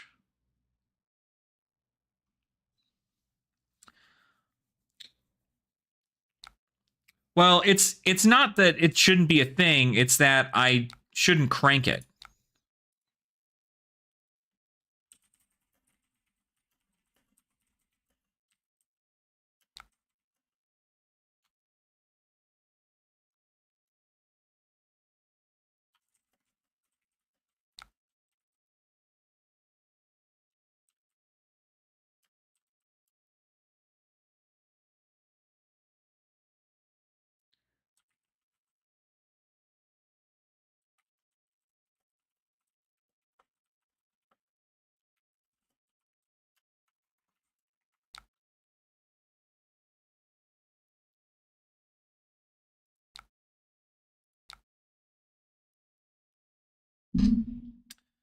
Well, this hand kind of sucks. I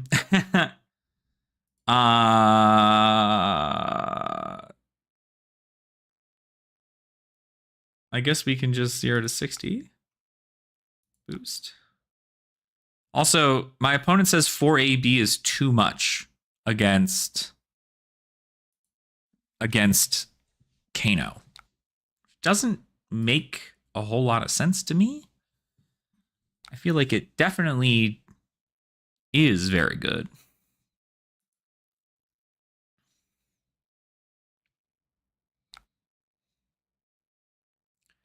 I also should Spark to get Tekla out. Or Hyperdriver, maybe.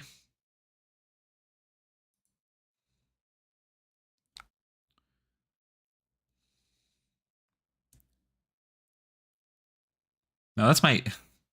I mean, if I only need 3... Why did he get hit?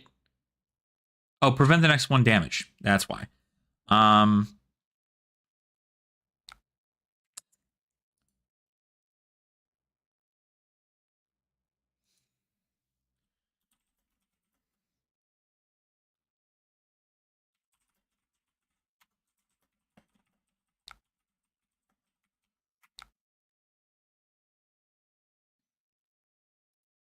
I feel like I shouldn't do this early, but that's fine.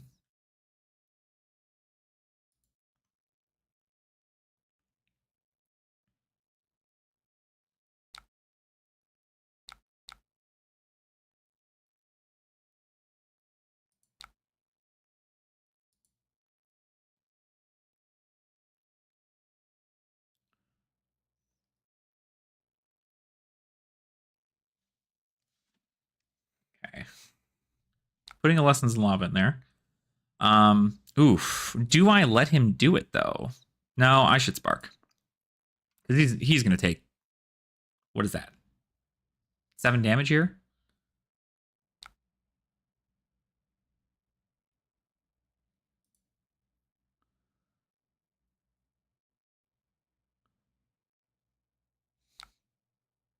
That's insane. Are you serious? So he's taking 6?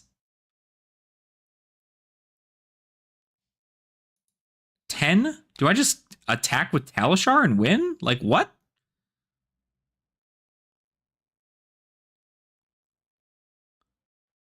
Like, I feel like I just have to deal...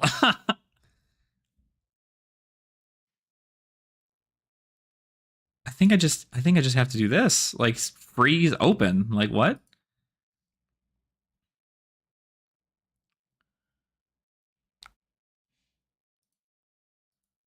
Okay, 1 friggin' blue in my hand.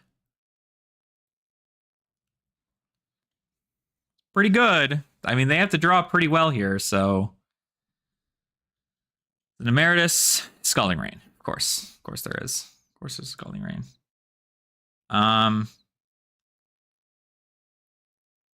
Tree, fuck. I just gotta block out damage here, right?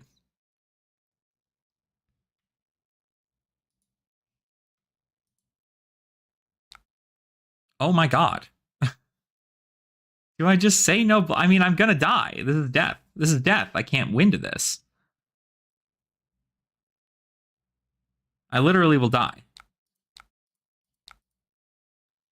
Far too much.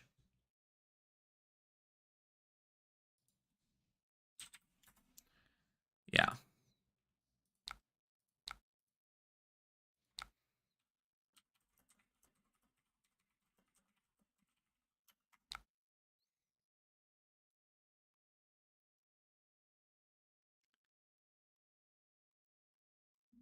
Yeah. There's nothing I can do in this regard. That's crazy. I don't understand. This is the same guy who beat me last time. He literally said something along the lines that, like, change chest?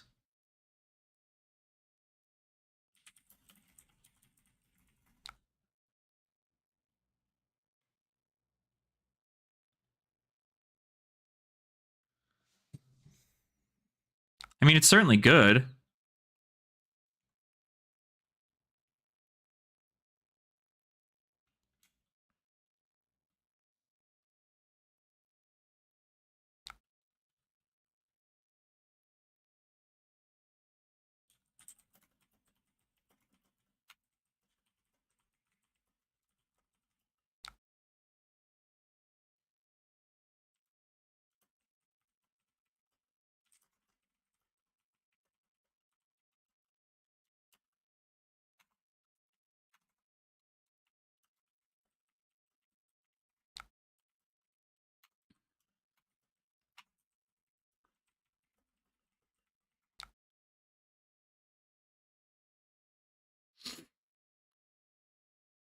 Yeah, I mean, Waning Moon is definitely good, especially if you're going to be playing on your opponent's turn. So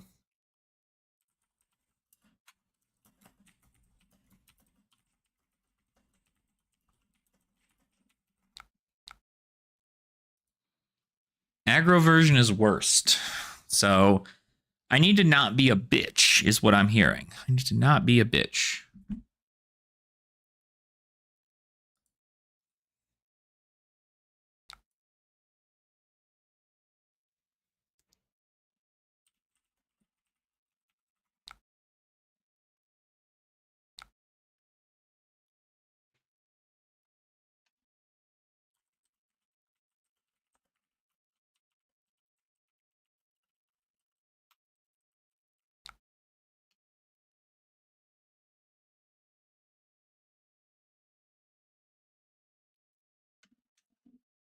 Very interesting. But damn, like just the sheer potential he's got going on for that.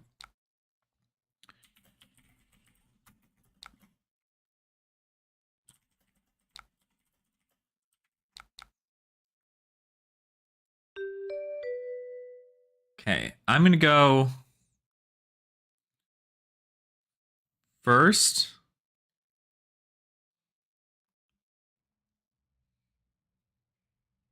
No, I'm going to go second. We'll do this. And then we'll do... I guess if we want hyper aggro, we just take out the sparks, right? No reason to have these. Yeah, absolutely. I say you should, Jonathan. That is a good move. Yeah, I guess we just get out Boom Grenade. For the best.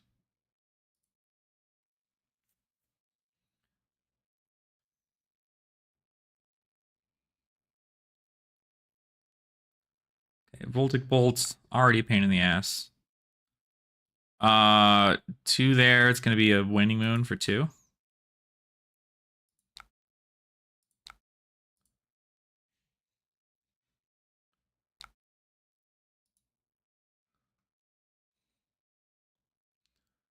I guess I could have taken all that, huh?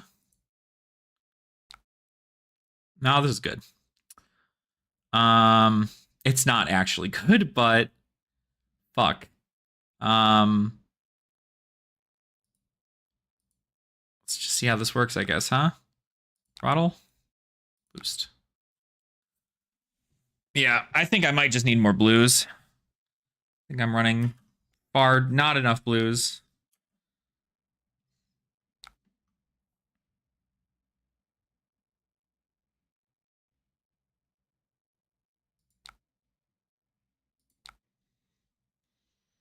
So he's got to deal 16 to me or he dies, right? Like, that's the whole purpose.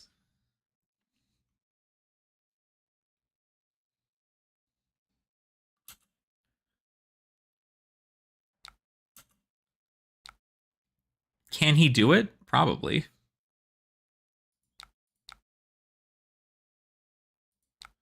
Yeah. All red hand. So I guess we're going to see if he can do 16. Probably. Kano. If he gets a flare, I'm dead. Kano again. Ragamuffin's hat. Going hard. We're on top. He's got a flare in hand. That's what it is. Aether Spindle. He's going to Aether Spindle for... I think I still win here, actually. 0. Take that. Gonna opt 4.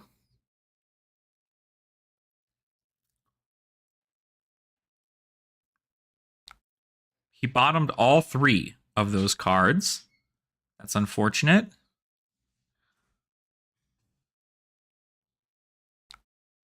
Scalding Rain, red. Is that an Aether Flare in his hand, probably? No. That's it. Good game.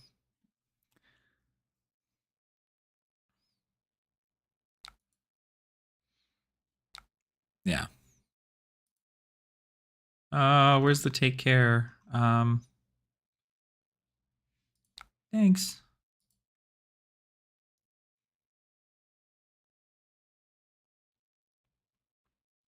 Yeah, so what did we threaten there, right? Turn 1 we threatened 6 plus 4 is 10 plus 4 is 14 plus 5 is 19, which is well above his health threshold. So he needed to get it blazing probably, but he had 2 float here. He didn't get an Aether off the top. He bottomed all 3 of the cards he saw with Aether Spindle. So at that point it just became blind. So it is true that it's just kind of the thing. It just does damage, so interesting. And I did that in an all red hand. Like, I mean, that's just one of those situations I think where like he had to have gotten insanely lucky. Like crazy, crazy lucky.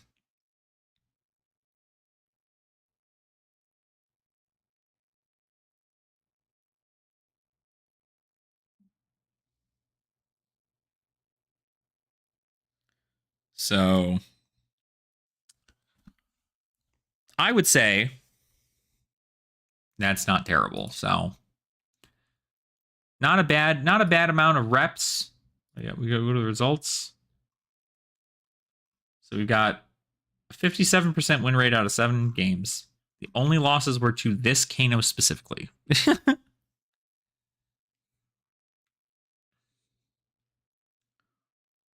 But 2 wins against New, a win against Rhinar, a win against Kano. I think I just need to be hyper aggressive.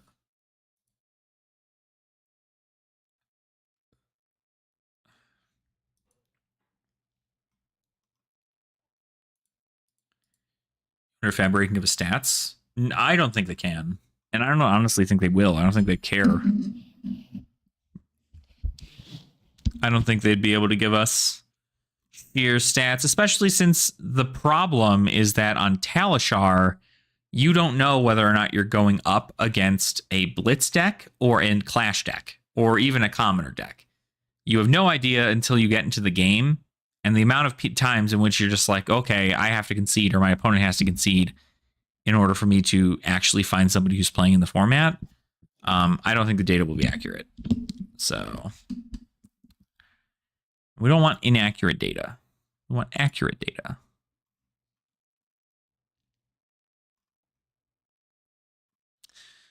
One, two, three, four, five, six, seven, eight, nine. 9 blues? 1, 2, 3, 4, 5, 6, 7, 8, 9, 10, 11. 11 blues. 1, 2, 3, 4, 5 yellows.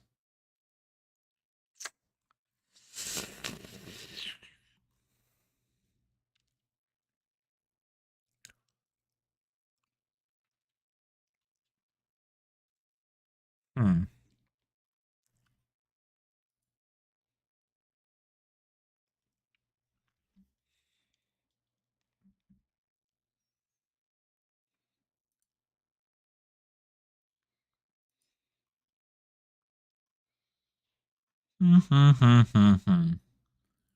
All right.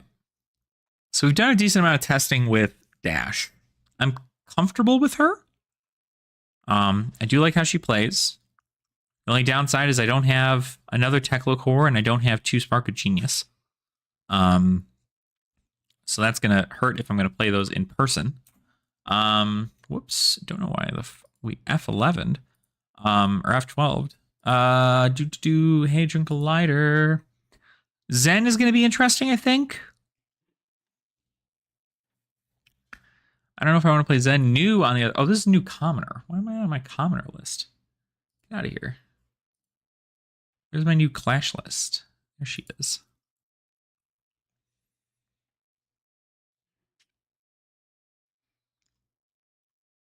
Oh yeah, I'm missing a lot of specs, but I don't really even know. Honestly, what I want to do real quick is I do want to check to see what stuff is like for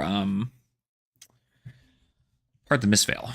So let's quickly go to Fiendal's collection. Continue to the app.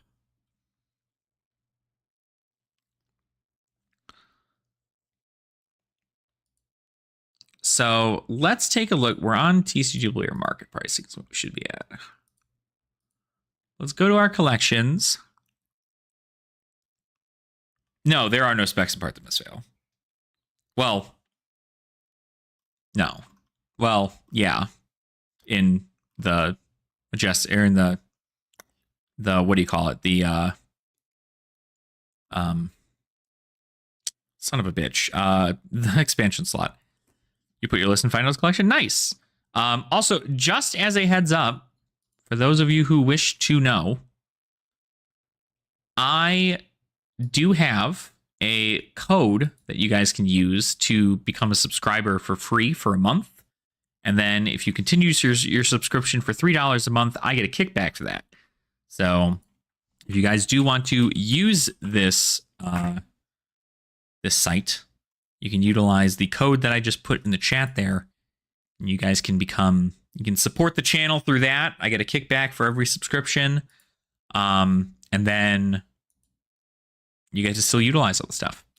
I don't know if Enigma is going to be super spicy. My lists for Enigma are not like super awesome because you don't get access to as much things. This is an early list. Don't bother with this. But haze bending's pretty cool. I guess you just have to like see what I'm curious who ran, if these are up. These aren't up yet. Are they? Oh, they are. PQ Montreal. This is Noah Clark, the guy who was doing a bunch of Dromai stuff. So if we take a look at the cards that do really, really well in here. Spectral Manifestation, killer. Sink Below, killer. Oasis, killer. Battlefront Bastion, not terrible. Unmovable, Waxing Spectre, drop. Essence of Ancestry Mind. Damage dealt by blue sources turn preventive. And I guess that's pretty good.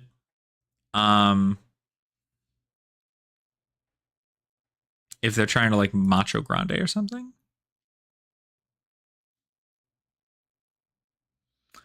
Tenuchi Moon, Haze Bending, Levels of Light. Dude, this card is running all three of the freaking new MST heroes, and I'm mad because it's $30 now.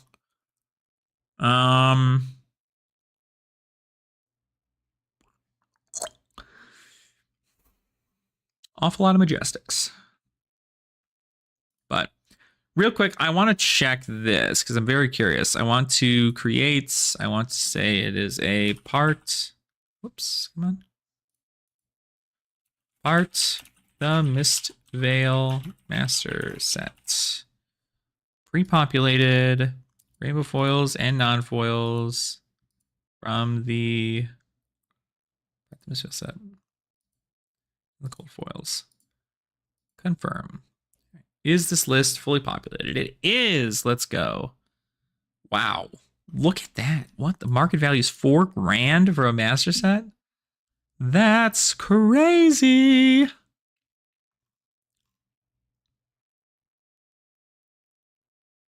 Wow. These Marvels are killer. It's a $54 Marvel. I want to pick this up so bad. Such a freaking pretty card. 12 Petal Kiosk doing pretty well. So if we compare this to collections here, we sort by value. Oh, absolutely. Especially with all the Marvels in it, I think it'll be pretty great. Here's the part of the Mistveil Master set. Let's change this image to a gully. Save changes. Perfect. Sweet. So yeah, currently at the very moment, it is the most expensive master set in 2.0. The only thing that is more expensive than it is Arc First Ed and Welcome to Wraith First Ed. So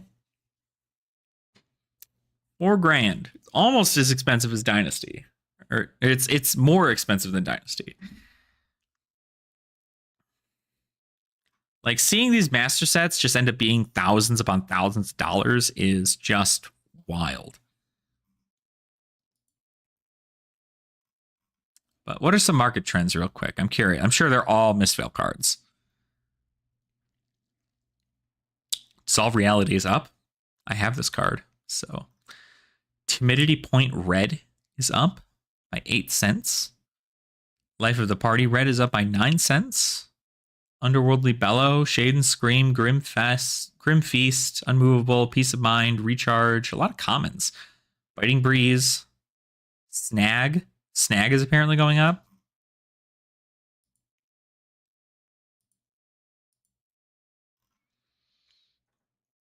I know Snag, I think, is run in, I think Matt McInnes ran Snag in his sideboard to go against New. That's really powerful. Banner Art of Vigor is going up, Reverberate's going up, Ancestral Harmony is going up significantly again because of Zen. This is the regular Dissolve Reality, so Hooves cut down to size, Phantasmaclasm, Siren's Call is going up. But to be fair, it's right. All of these cards are really expensive in MST strictly because of the fact that people need to get their cards for Nats. That's the whole thing there.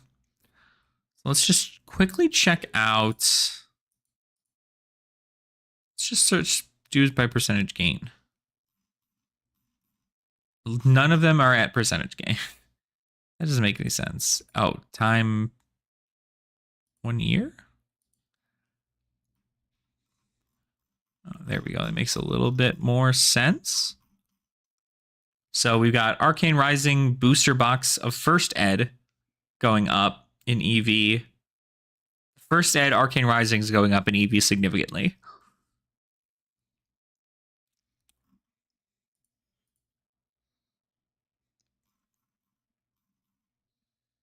They don't have Part the Mistveil up yet.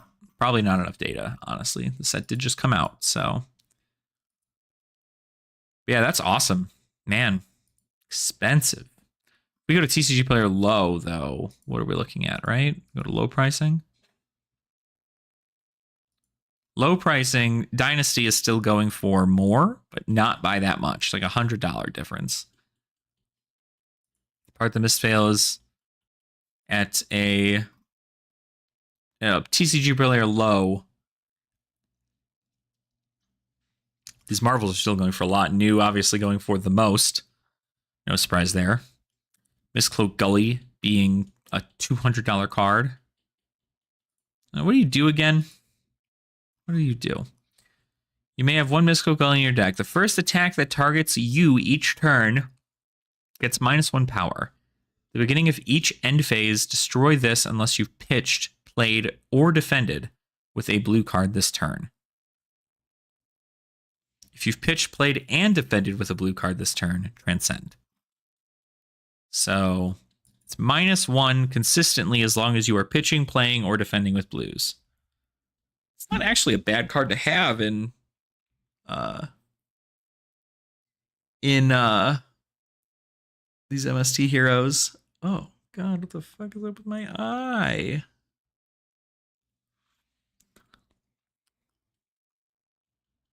But not bad. Not bad.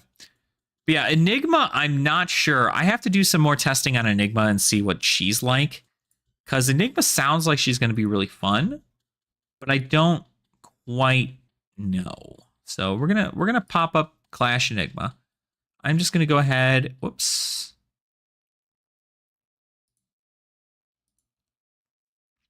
I'm gonna pop this up. We're going to remove this, this, and this, and we're just going to take out all this other stuff that's in here. And we're going to kind of see what it's looking like from a what are strong cards and what are not strong cards perspective. Obviously, we need to know that a lot of the Majestics that work in the set are not going to work here. And that had a lot of Majestics. But I do believe there are a lot of very powerful cards. So Sinks, Oasis, obviously this deck's 71. Let's see how many cards we can just take from this, right? What does it look like? Let's get Sink Belows, red. Oasis, red. Spectral Manifestation. And then also Waning Vengeance, right? Not a ton of reds, actually. Waxing Spectre is a pretty good red. Oh.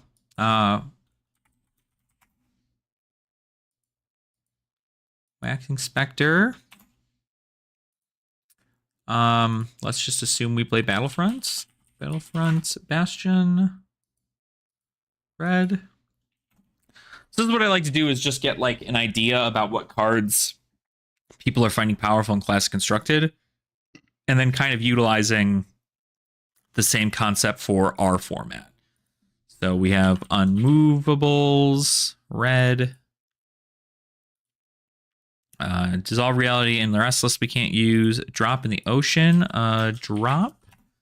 Actually, I think we could probably just find all the ones, because Enigma's going to be one that's going to want a lot of Transcend cards, because she is going to be able to use them to make free 2-attack go against Spectral Shields. I totally had it right here and I didn't even see it. Drop in the Ocean. Homage. Probably don't need that much, just because we do have less of a deck. So we don't need as many. But I probably won't like cut it in half. I'll cut like a couple. Passover. Preserve Tradition. And Rising Sun, Setting Moon. And Stir the Pot also. So out of these, we don't need 6 of them. I feel like 6 is a lot, but I also feel like it's not, because you do want to transcend some stuff.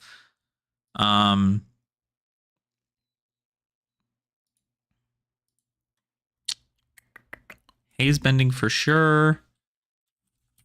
Haze Bending.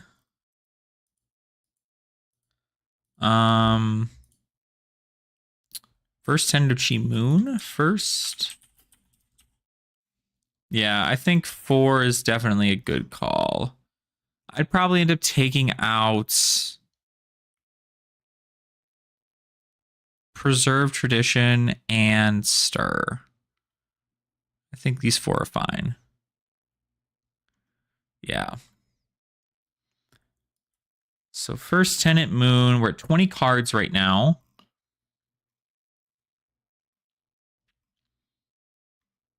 Now this is where we come in with the cards that we're going to need to like cover with. Essence of Ancestry Mind. Essence of Ancestry Mind. They play CNC. Yeah, it's very good. So maybe we play Wreak Havoc. Miraging Metamorph, we could probably switch out for... What is it? On hit, make a copy of an aura. That's so good. Now, another thing was also looking at things like Iris and Reality. So Reality Refractor, you're not going to get Go again, but each one of them are 5s.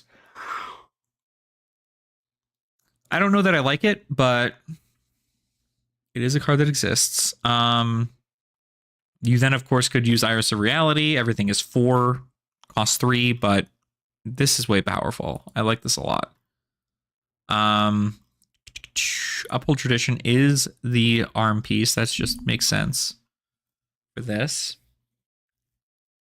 Crown of Reflection we cannot use. Nullrune stuff. Ripple, Rage, Phantom.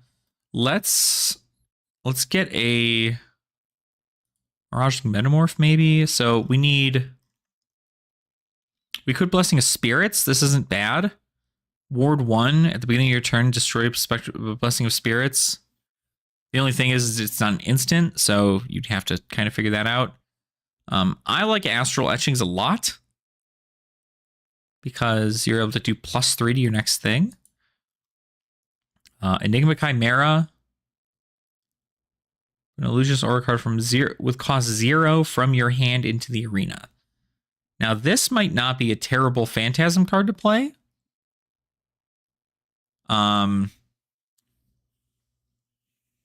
Because you can just get an aura out. And the auras we have available to us is like Haze Bending, Waxing Spectre cost 2. So maybe we play the blue. We'll put this in the maybe actually, because you might not be bad.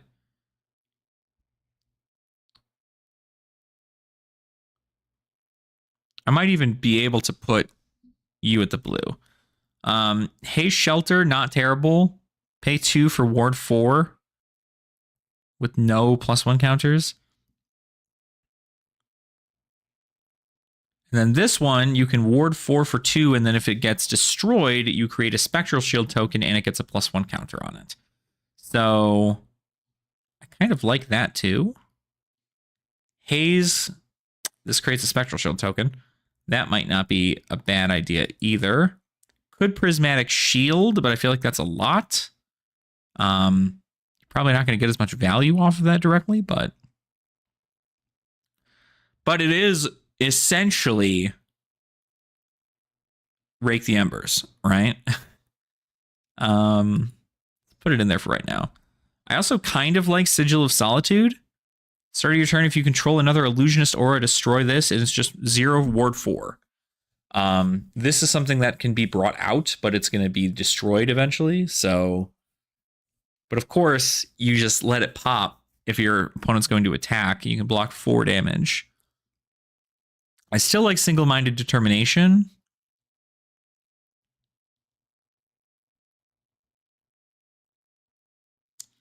Solitary Companion can help if we don't have other things there. I don't have any blues. What am I looking at blues?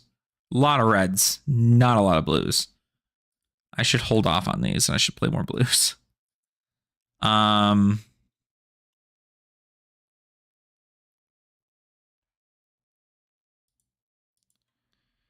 So Waning Vengeance isn't terrible either. Or like a defensive version of itself, right? At the blues. We don't really need Passing Mirage. Phantasmal Haze Blue might be a good call, just because you get a Spectral Shield token. Moon Chakra, Haze Bending, Haunting Spectre. See, like I could play this. Blue Coalescence or Mirage for some extra damage. A Astral Etching Blue. This is a Waxing Spectre. This is bad. This is good. It's Ward 1.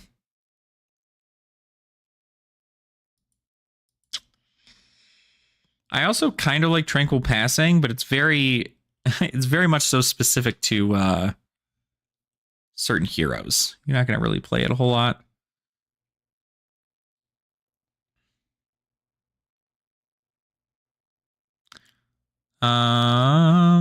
Solitary Confinement's not bad for just getting stuff on the board. Single-Minded Determination for doing that. This just makes 1 Spectral Shield, not worth it.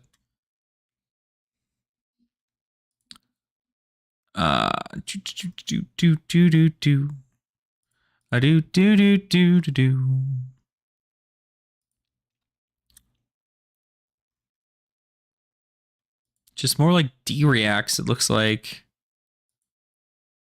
More D-Reacts is kind of the way to go here. So maybe I play 2 Fate for Scene also?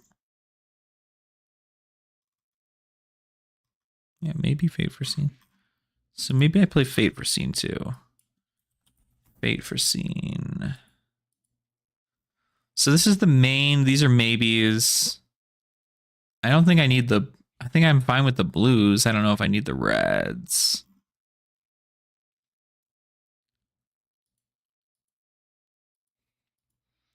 let's just do like a quick test hand. Let me get the rest of this thing here. So this is Spring Tunic. We probably can just play Blossom Spring. Or we could play, no, not Heart and Cross Trap. We could play Koi Best Kimono, not a terrible pick.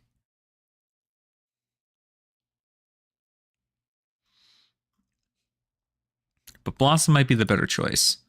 For feet, we can always play the Silent Stilettos.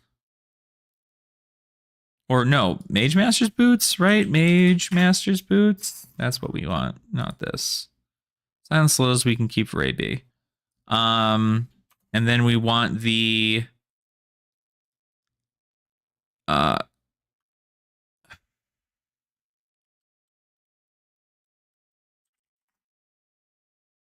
headpiece do we run?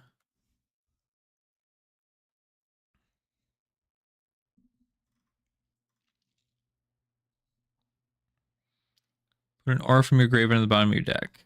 Word 1. It's not like a bad one to do because it recurs a lot of stuff in your deck. And it's cloaked. So we've got 2 cloaked, 2 uncloaked. You want to build an Enigma New Moon deck? Yeah, I'm curious how she's going to play out. I don't know if she's going to be as good as this Enigma, but she's pretty good. She seems like she's going to be pretty good. All right, let's just do some test hands then. So we have, we can play a Solitary Confinement, get a Spectral and a 1/1. Could do Eye Herald for pitch outlet on opponent's turn. True, Jonathan, true. Ironhide's not bad. It does block. But I also feel like if we're pitching blue, we are probably doing it to pitch to get out like the Specters. Because these are instants, so you can just pitch them whenever. So in this case, I mean, there's not a target for this. So if we play Solitary Companion, get a Ward 1 and a Spectral Shield, then we pitch Passover to play Waxing Spectre. We have 1 float,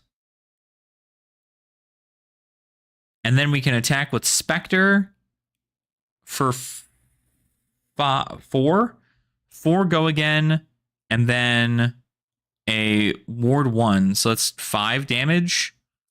And then we can block out 3, 4, 5 damage. 5 damage is easily done, though, in this format. So I don't know if I like that. And then we can just Solitary Confinement in Arsenal. Yeah,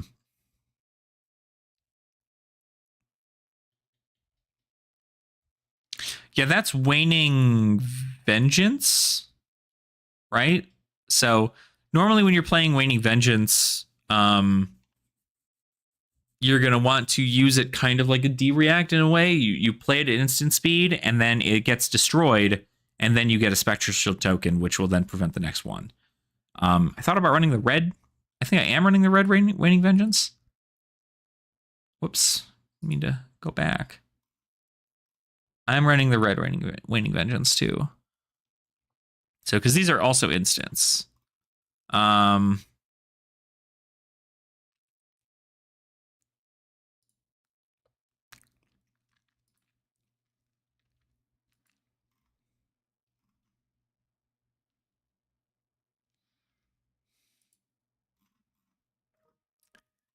Very interesting. Very interesting, I'd say.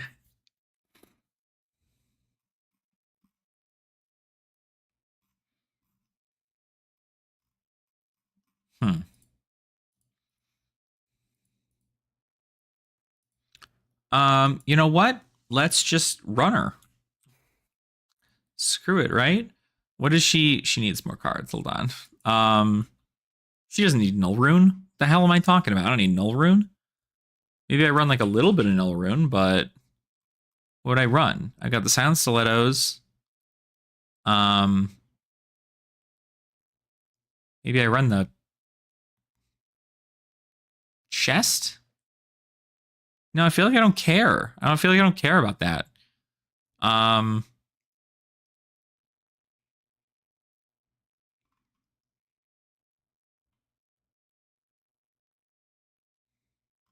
Actually, you know, I'm curious. What other instant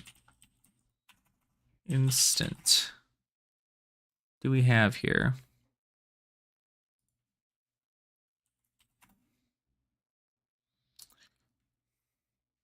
Because we want to prevent a good amount still at instant speed. Prismatic Shield isn't instant. It might not be terrible. It might protect me a little bit. Pitch 3 to block 3. I could play Sigil. No, this is exactly like Rake the Embers. So I should be running that. I'm going to get rid of the... Maybe we'll get rid of the...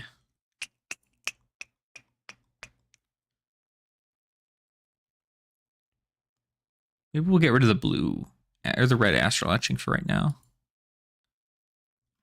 Okay. What do we even run in here? Red. Fuck. Astral Etching. Keep it in inventory. Poppers. Do I run? I've already got 4 poppers in deck. That's fine.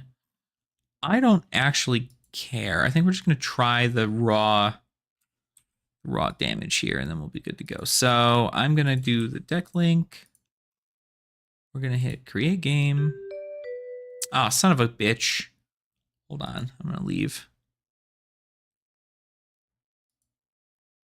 I have to log out, log back in. Log in.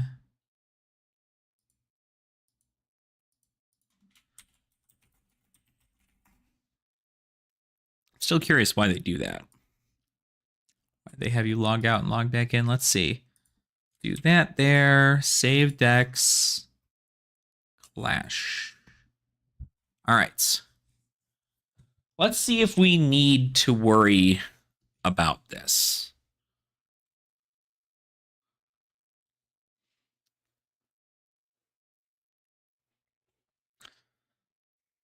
I don't think I'm very good at building this deck. I play almost nothing but Illusionist. Oh, also my camera broke. Hello. When were you guys going to tell me about that? Something's been up with my camera. My camera just is not. Back to your hotel. You can do free matches. Sounds good. I don't know how much longer we'll be live for, because I do have some other stuff to get done real quick, but I'll do my darndest. Okay.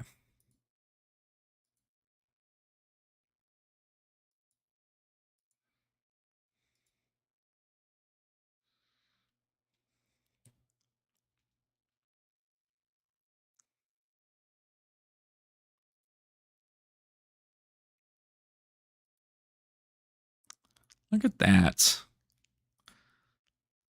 All right. So yeah, we're going to get a little bit more done here. Man, my camera died again. What the hell's happening? Camera, you need to freaking figure your life out.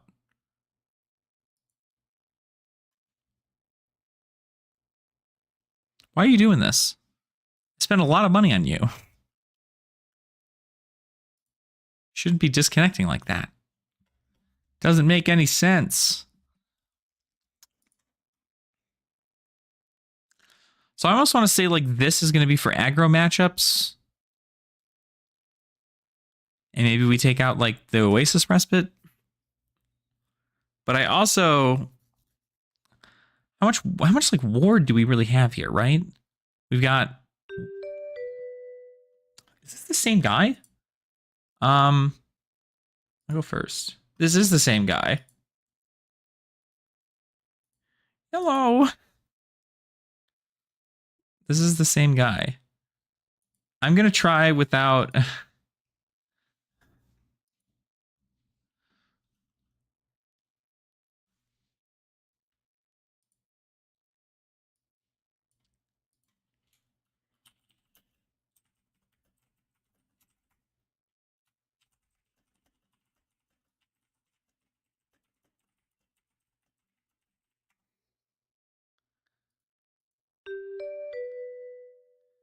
Okay. I'm going to commit to this. I'm going to see how this works, because I'd be curious to see if I have everything that I need. I should have taken out these unmovables. Ugh.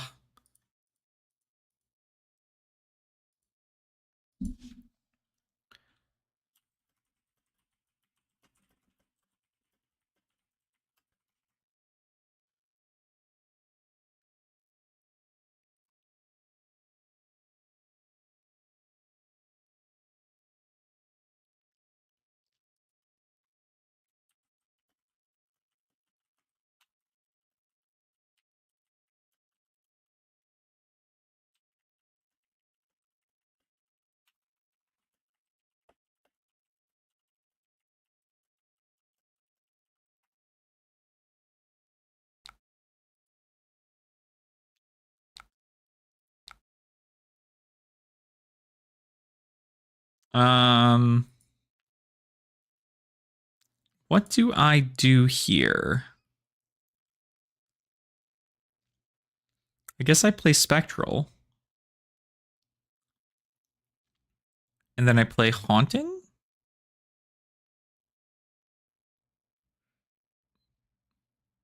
Now we do Spectral, Pitch, Phantasmal Haze.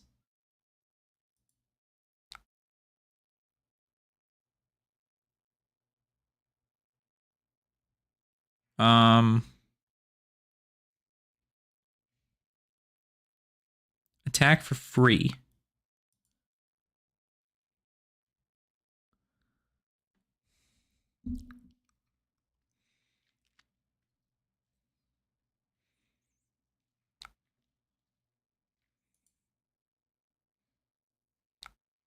Kano.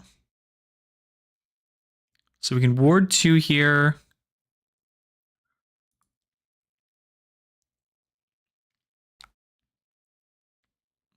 That's awesome.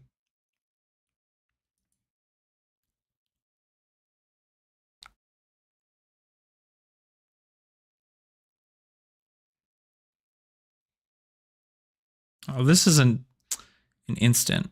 Let's just do this then.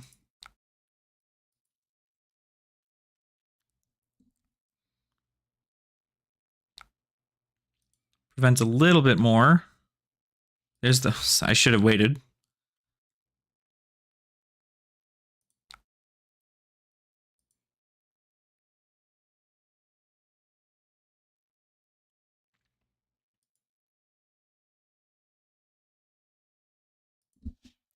You need AB3.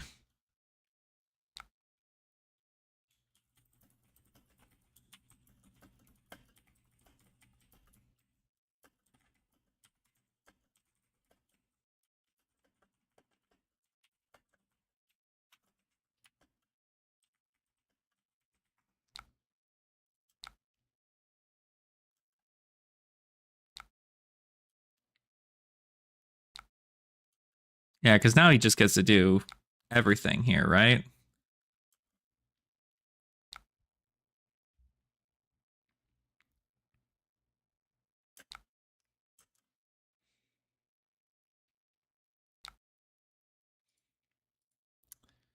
Yeah, there's too many D reacts for me to be going up against him. And like now I have no AB, right? So I can't do anything. And I die here.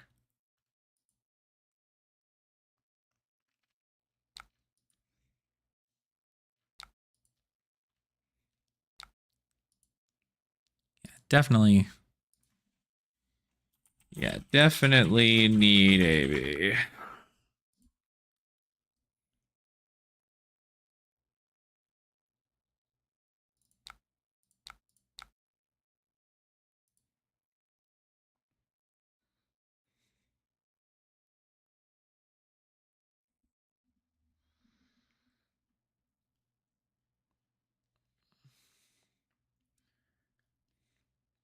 Yeah, it'd probably just end up.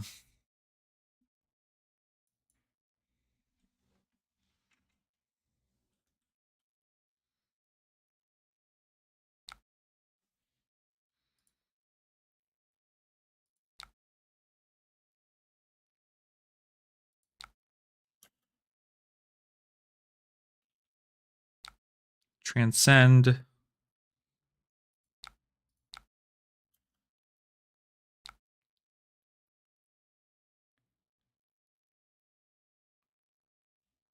I'm confused.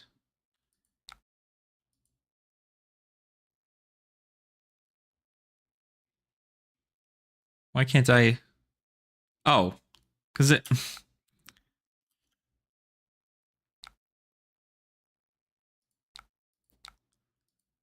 Yeah.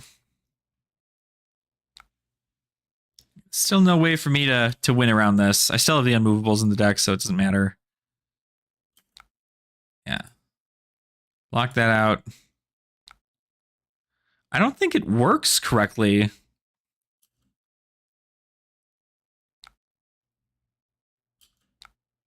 Yeah.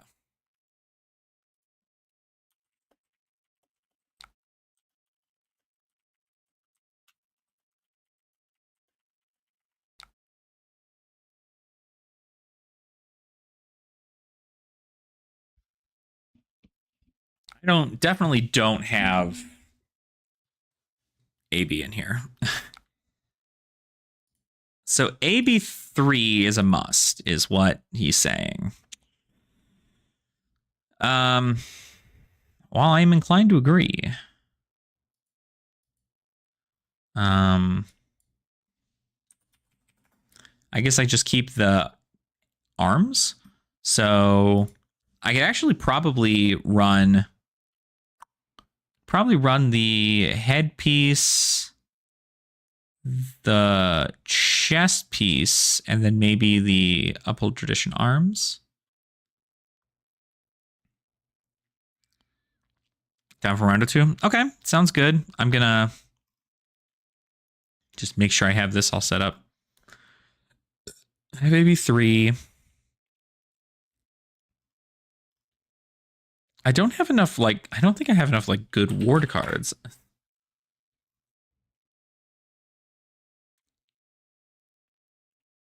Not enough, like, instant ward. Like, I almost think I need to play this and not play this. I think I need to play something like Sigil of Solitude, which is ward 4.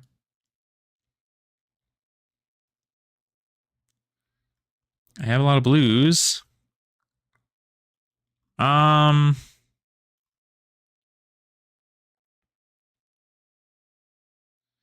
Maybe we just like get rid of all these things if our opponent is playing like crazy AB. So maybe we just do this. 42 cards. From where? Let's just maybe put the unmovables in here. Okay.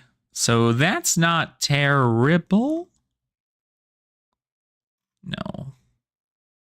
I don't like Waxing Spectre Blue. I don't think this is good. I can almost rather play Haze Shelter.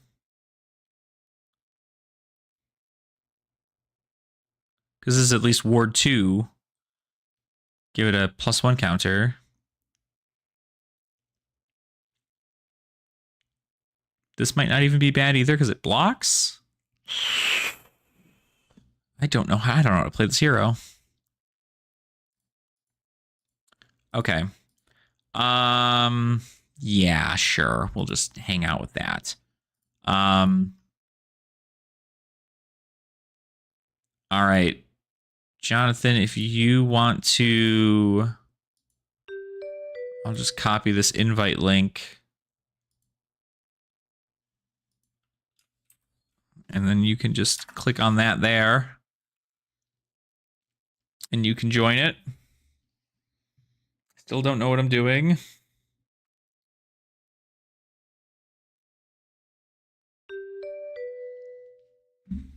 Okay, some Dromai games. I'm going to go first. Yeah. All right.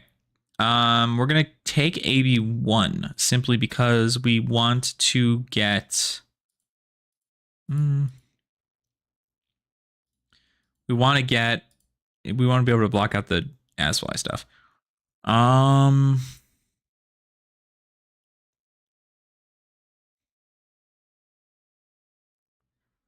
Maybe we Waxing Spectre here too?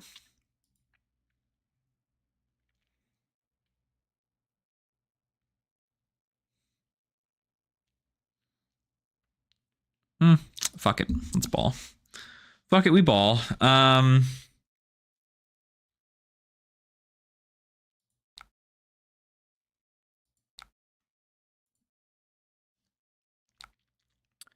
Okay, so we do that.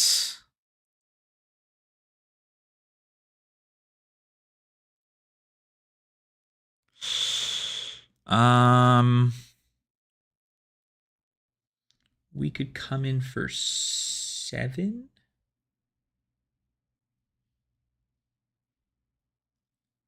On this turn. Not terrible, but I don't love it because I get rid of this. We're just gonna... I could Blossom here. No. Yes, no, yes, no. No worries, you're good. No, I think we just take it easy. We're in it for the long game.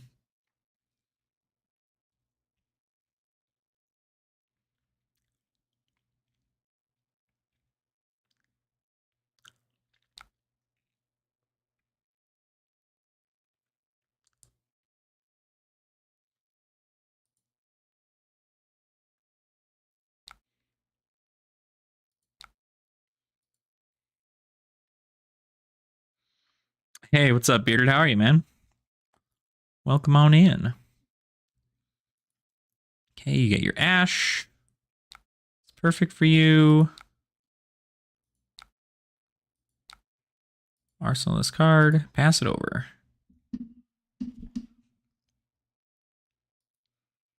So tinier today, because I don't want to be in the way of the cards over here. I'm a little smaller today. That's going to be for 4. Of course it is.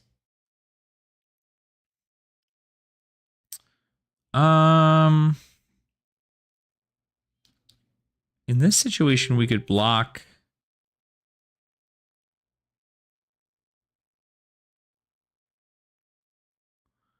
Can't remember our cards can block.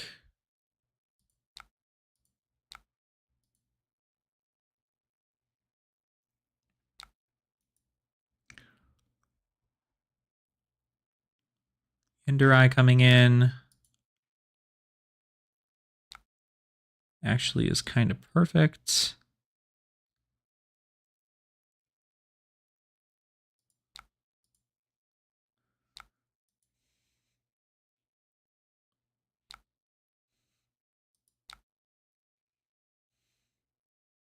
Although I can't do anything on my turn, which is kind of sad, but he's got no floating. Do I let this die and create a spectral shield, or do I Oasis? No, I let this die.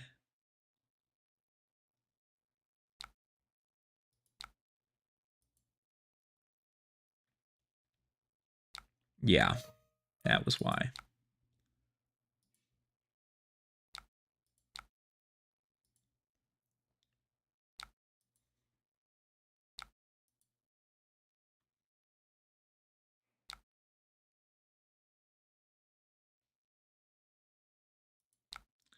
Now this is what sucks, because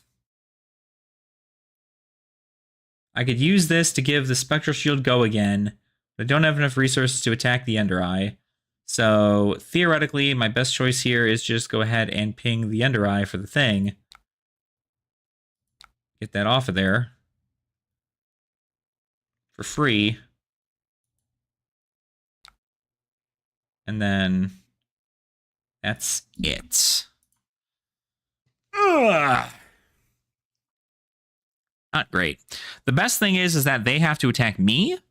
Because they have to attack me, it is not as important.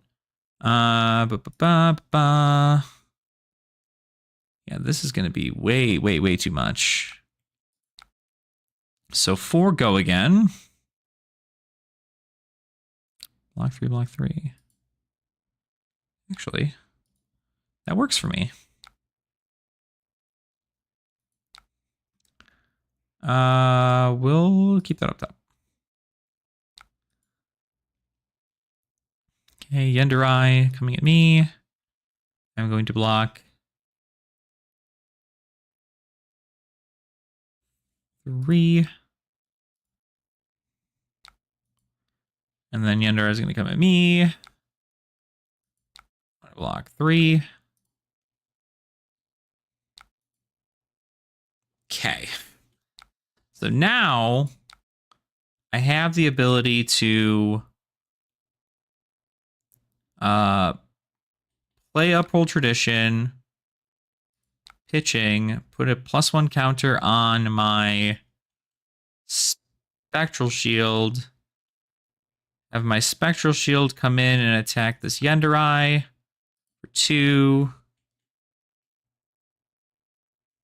Go again. And then have this come in and attack the Yenderai for 4, killing it.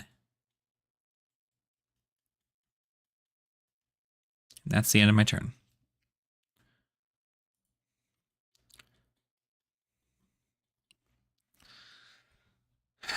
So the goal against Dromai here is to kill the dragons. The less dragons they have on board, the easier it is for myself. I don't want to keep dragons up because dragons just mean more damage presented. There's the Asvali, but which is why I'm happy we got that AB, right? So I'm going to go ahead and I'm going to pitch 1. I'm going to pitch there. Now going in for 2, I can block 2 here. This is a spectral. That's going to, oh, fuck. Actually, that's not bad. I feel like we're just like so Jover though. Yeah, we're just gonna block 2 there.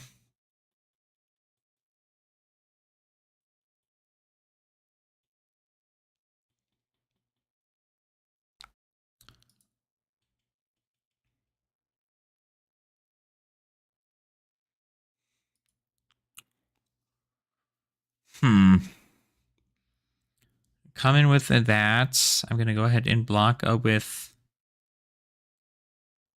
There's no way they come in with anything crazier. I'm gonna block with this. I'm gonna keep that on top, sure. They've got more. Yeah, a snatch, that's really freaking good. So at this point, I'd probably just kill my Haze Shelter, because that's fine. It blocks for, it wards for 4, so.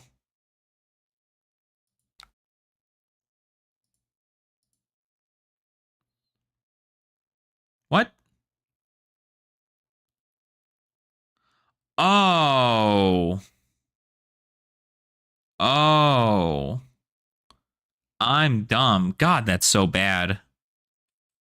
I need to have pitched a blue in order for me to do that, so I should have pitched a... Fuck.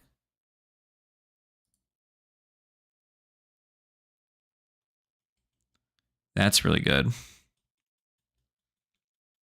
Still gets the draw, but doesn't have go again, so... I'm going to just go ahead and move to Arsenal discard. So in order for you to use Haze Shelter, you need to have a blue card in pitch all the time for it to have the max amount of ward that it has. Otherwise, it has I figured it just gave it ward whatever. Right? So this is for 3.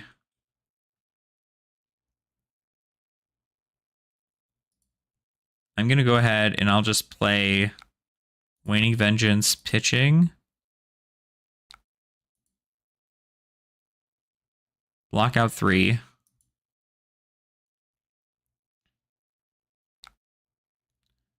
Asvali.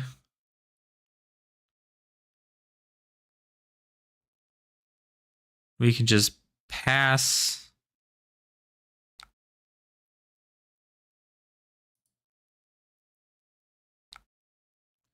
Choose to AB1. And then we can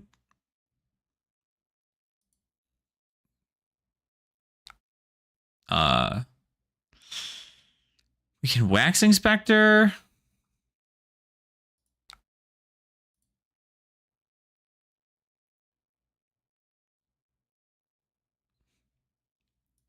I don't like this. I feel like maybe I'm too small brained to figure this deck out, but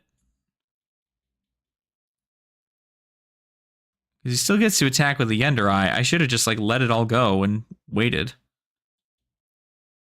I can't do anything now on my turn. Again. Yeah, that's way too strong. Way too strong. Yeah, go ahead, draw a card.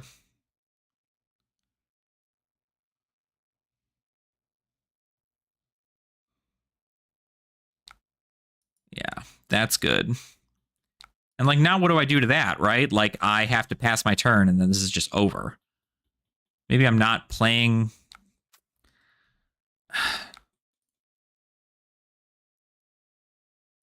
Doesn't make any sense to me. I screwed up with that Haze Shelter thing. I'm just gonna concede. I can't do that to you, bud. I'm just gonna concede. Good game. I can't do all that. I can't do anything against that. I have nothing. I have literally nothing. Yeah, that was insane. I don't know how to play this hero. I don't know how to play Enigma.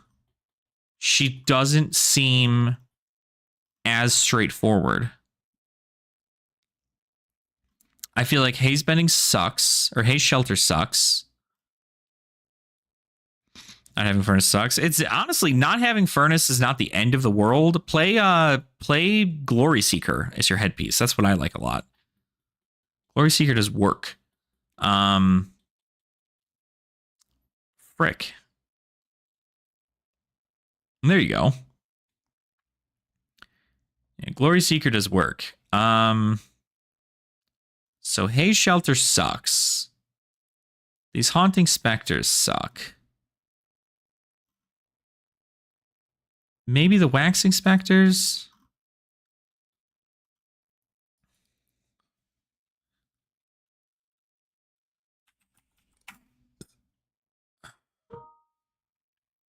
Right.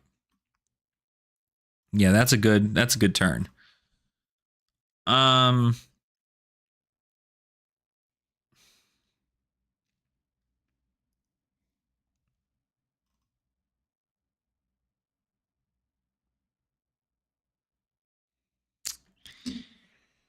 Huh.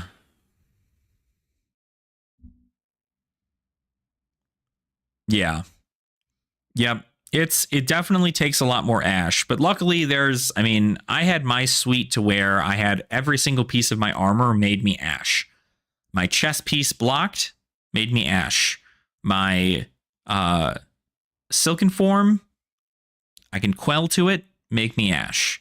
My Glory Seeker, pitch 3, make 3 ash. Mage Master's Boots, pitch 1, make ash. So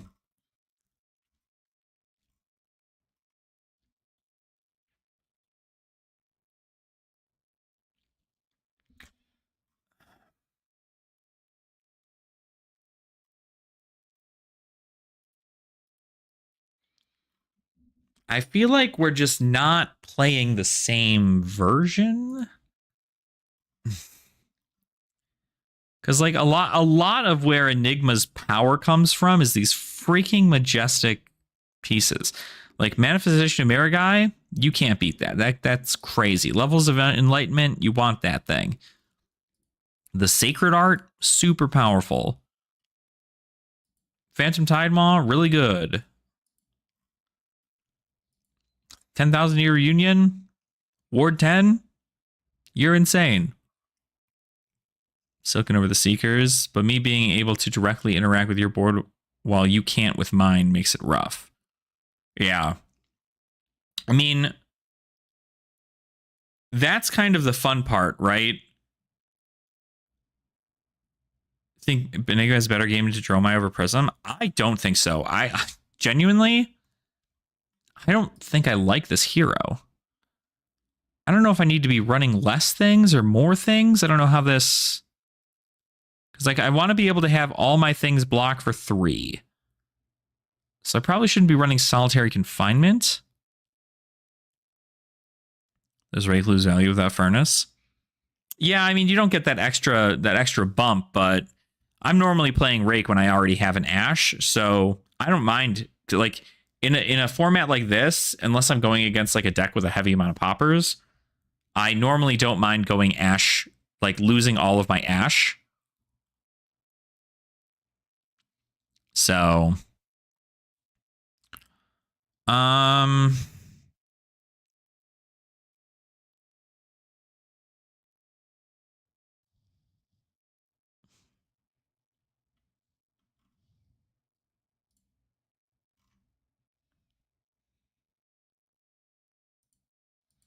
do we just play a full grip of the Wanings?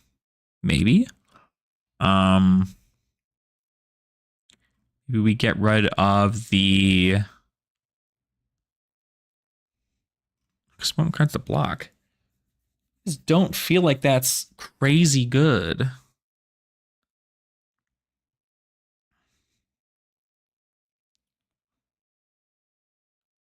This guy blocks for 3, that blocks for 3, these block for 2. We'll block it all, this blocks for 2. Maybe we just get rid of you. More blues in hand. I don't know. I don't know. It's like turn 1, Waxing Spectre, pitch another Waxing Spectre. What is this? 4/4? Yeah, because we'd have 2 float. So that's 4, go again, 4, go again. Turn 1, turn 2, turn 0. This doesn't make any sense to me. I'm curious what people are building in Blitz. Blitz. Oh, wait. It's got to be here. Blitz. Enigma Blitz. Yeah, pretty much all the same stuff. Quite literally the same deck. Except it is just 2 of each thing. The same deck. Just the red Astral Etching is a card that is in this deck, so that stays.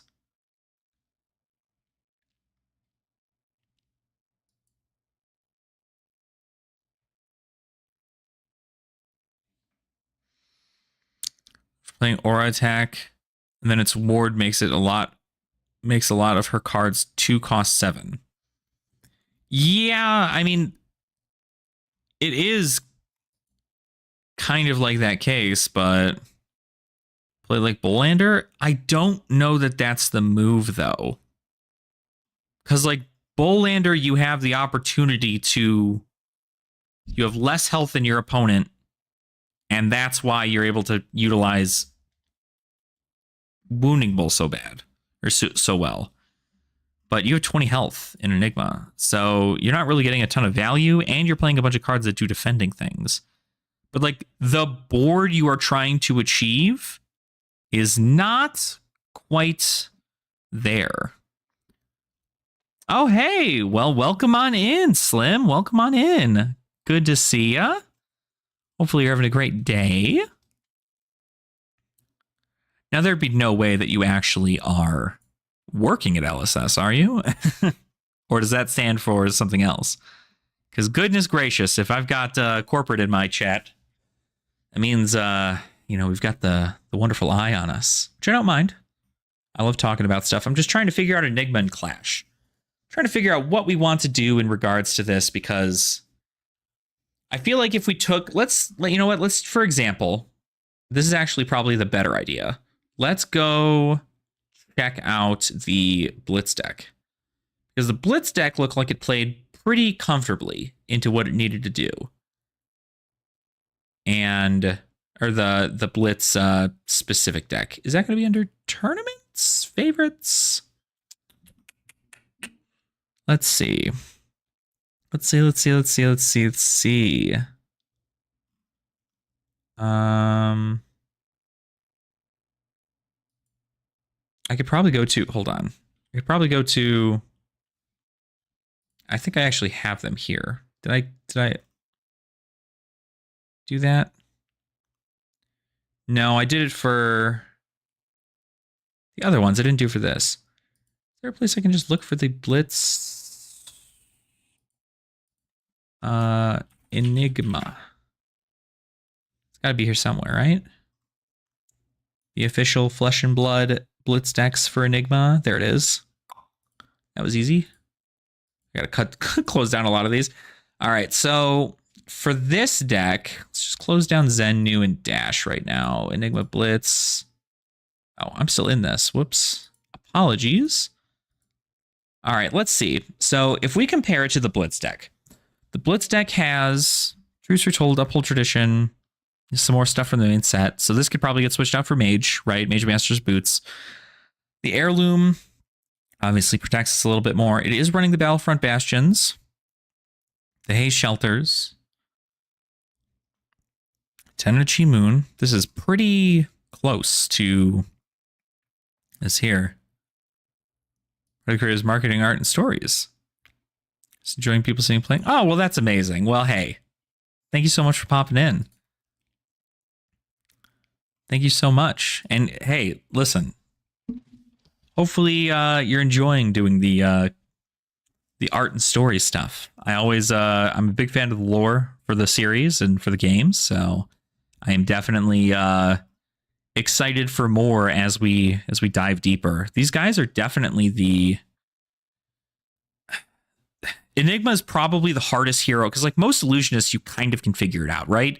You put heralds in Prism and she does the thing. You put dragons in Dromai and she does the thing. But Enigma, you can't just put ward cards in it and have it do the thing.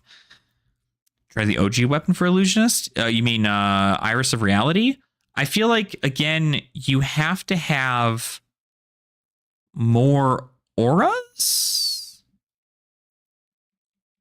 Yeah, right. If you're doing Redline Stuff Snatches for Dromai is important too. Man, oh man. See, now that's the other thing, right? Is like you could play Mystic attacks, and you could do it a lot more like with things like this, right? With like Deep Blue Sea or Tidal Surge or Spillover, right? Because you play a blue card, that's an aura, and then you swing in for 6 with this. You also have these Transcend ones here, Pathful Traveled, Moon Chakras. I'm just not sure if I'm in love with Haze Shelter, but Fraction Attack for 5 with 1 aura. Yeah, but it's about protecting. Like I feel like this is just, I'm going to have to give it a shot, right, at some point, right? But curious if it's going to be...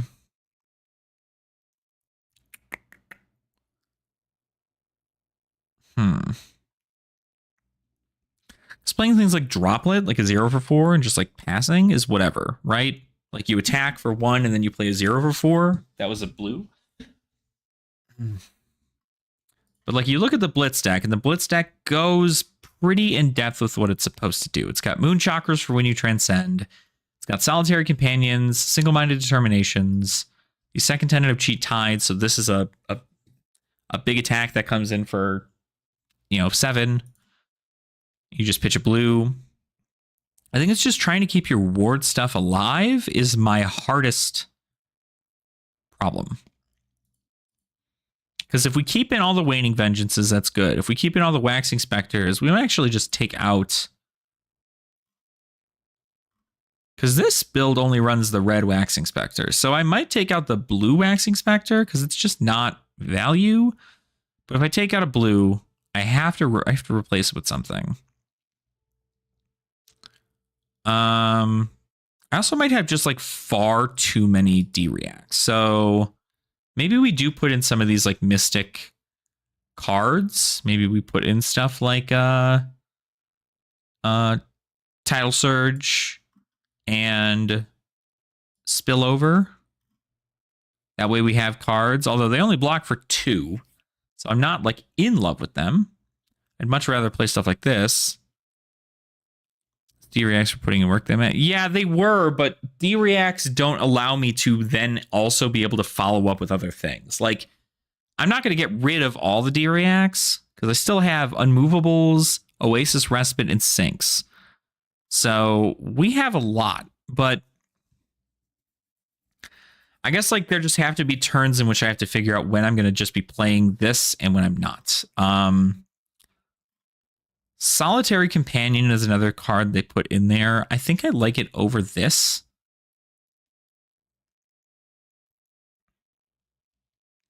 But that's pretty specific. It also it blocks for 3, which is fine.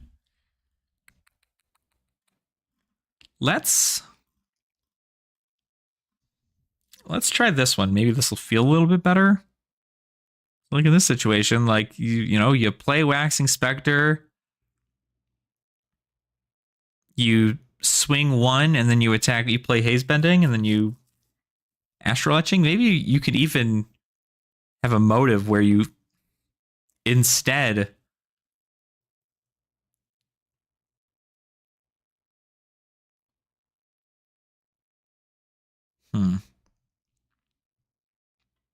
Because like it kind of feels like it's a little difficult to overextend. I'm gonna try this now. We're gonna try this and see if this works. If anybody wants to join, I am in my game. Oh, never mind. I guess I was still in that one. I want it to be public, please. There we go. If anybody's looking to try, by all means.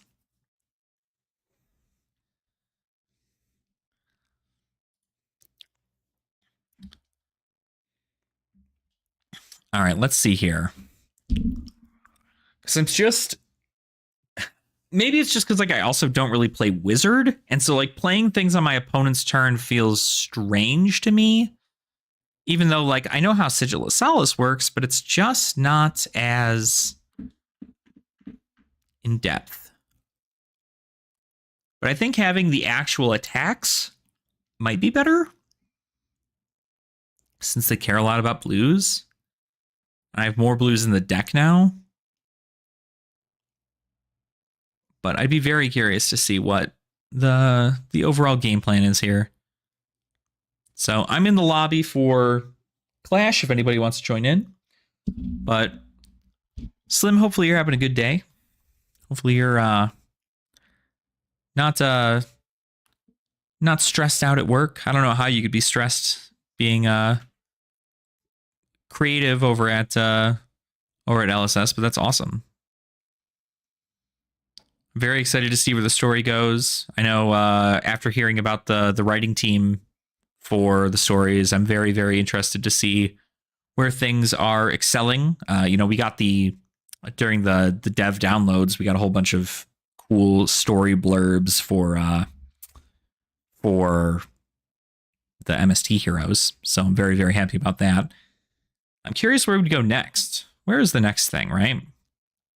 What is the next place we'd be going to? Been to Mysteria. I guess like we'd have to go to the Savage Lands, but that wouldn't make sense. We just had Brute support. So Volcor again? There'd be no way, right? They wouldn't go Volcor again. That would be ridiculous. Not ridiculous in a bad way, but that might be something.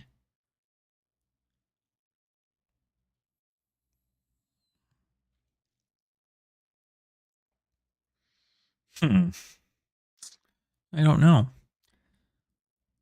Yeah, also, I don't know. Like, I think the reality refractor might be the better one out of them because 4 go again is good, but it costs you 3. We do have the resources for it, for sure, but if we're only going to ever be left with like 1 aura, we definitely want to make sure that we are utilizing it to the best of our ability. So,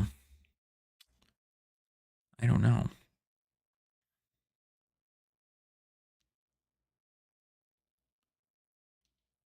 Considering all the mages hang out there, there's a lot of them in Blazes from Volcor. Yeah.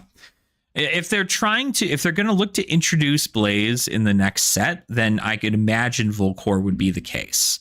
Either that or there's like I don't know, is there like a mage's guild that exists? Because like Icelander's a mage or a wizard, right? All right. Ooh, Oldham.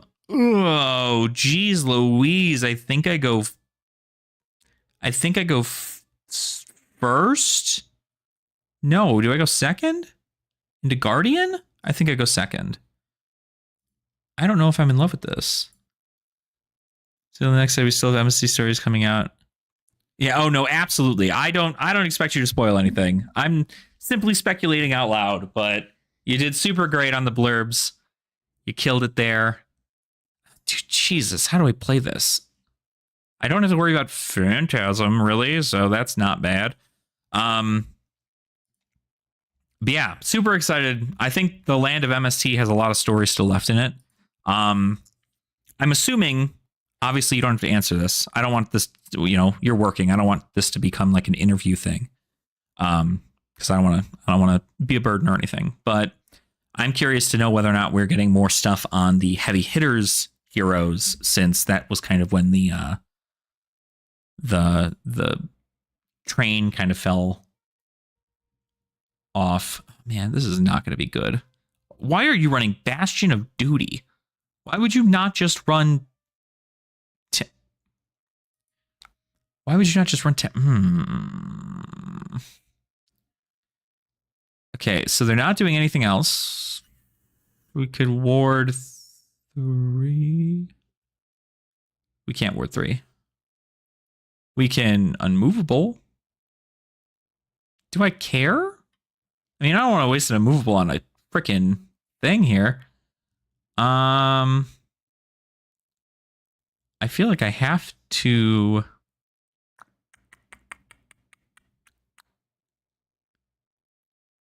Gosh, this kind of sucks, actually. I'm just gonna say no. I am gonna unmovable here. I think that's right. Because I'm crazy. Yeah, there we go. Let's freaking go. Okay. We are going to let that resolve. Except it still feels bad because we still technically are pitching way too freaking much. I guess at instant speed, I can flip this up, right? So we can unmovable, pitch 3.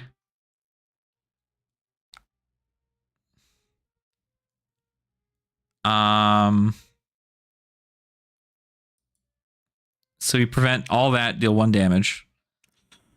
I'm not going to use the equipment yet. So it's just a frostbite and nothing.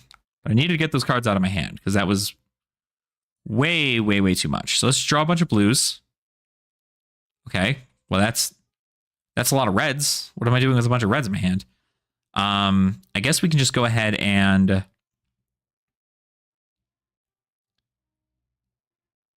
no other illusionist auras.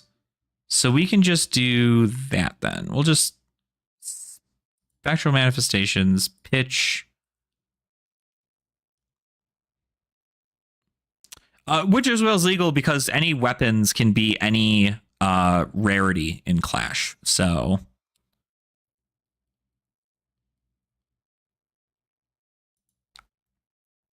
okay.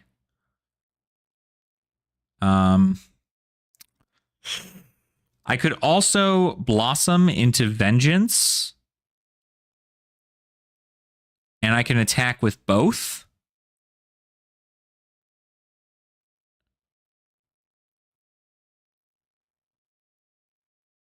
I think I might do that, actually.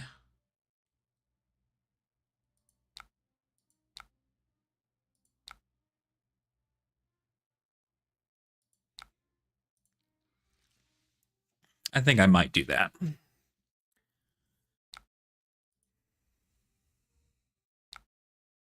Sink below. Okay, we'll take a sink. I'm very curious why they're playing. I mean, obviously, they're not going to Bastion. Like, they're not going to play Protect cards. So that doesn't quite matter a whole lot, but... All right, I'm going to swing here, pitch this. 3 more.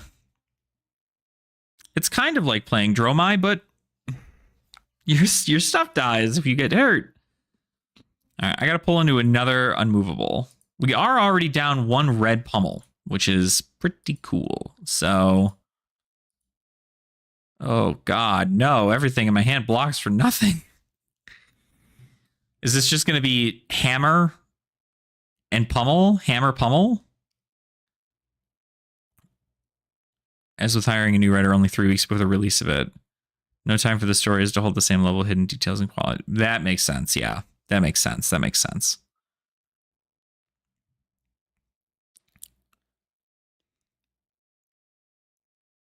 Yeah. I'm sure, obviously, you know, it's not like these heroes are going to go anywhere, so I'm sure getting stuff later on down the line, hearing more about them is going to be, you know, happening if we visit the deathmatch arena again, right? What if they have 3 chivalries? They better not have chivalries. I also think you can only have 2.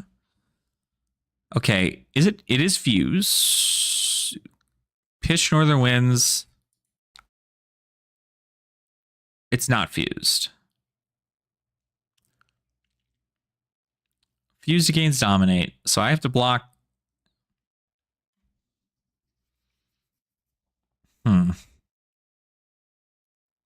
Oops, all shivery. That's funny.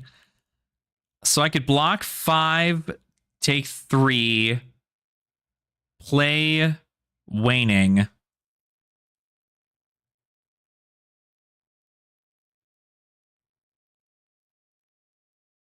Pitch a blue. But then I have nothing for my turn. So I almost want to play... Gosh, this is just not super great, is it? Because we can block 3, 6. I feel like this isn't right.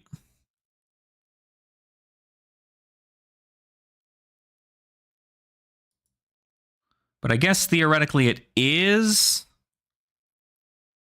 Because we could do this, pitch this, instant speed.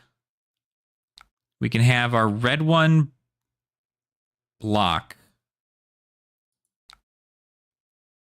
Yeah, you. And make a spectral shield. But I have nothing on my turn besides attack with a 4. So...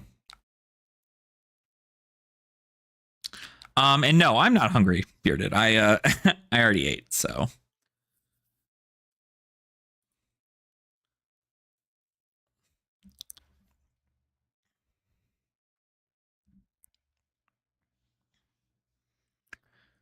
Yeah, I know there's you've definitely got a lot of people out there who are super excited about lore for any character, honestly. I mean, you have I know Dead Summer art does a lot of stuff with lore. I've wanted to touch a little bit on the lore too, but I feel like, you know, I wouldn't be able to convey it as well as you guys would, you know? So if there's anything like speculative, then I'm always one to be like, yeah, sure, I'll just go ahead and do that, right? But so you don't have to be the creative writer, narrative designer, lore master, and pen gremlin.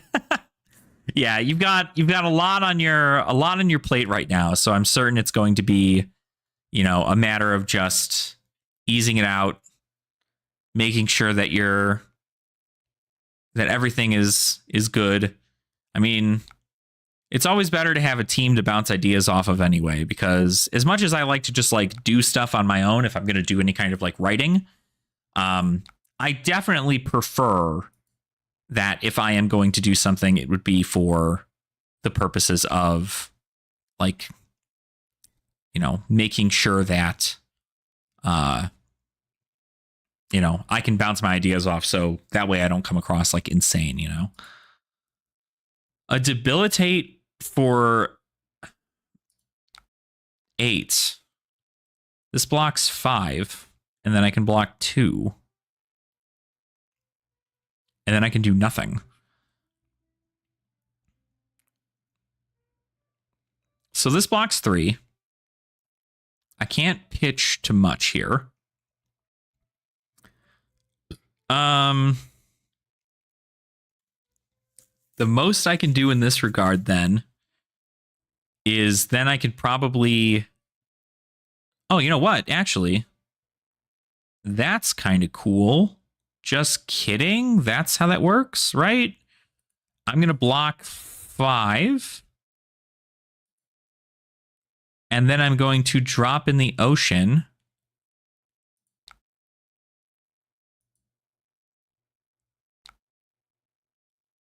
And then I'm going to rising sun, setting moon. I think I messed that up.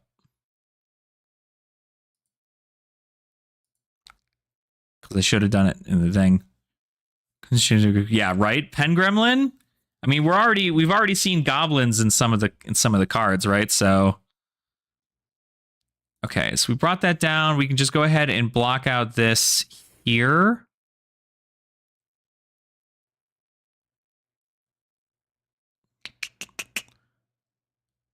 Yeah, block out the 2. I might keep the chi in there. Actually, what I could probably do is I could probably just...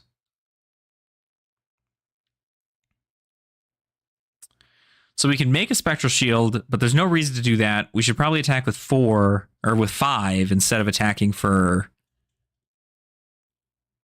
4. And that way we can just use the chi. So we're going to do that. We're going to just go ahead and swing with you for 4. Right? Meep Grem or Pen Meep. That'd be funny.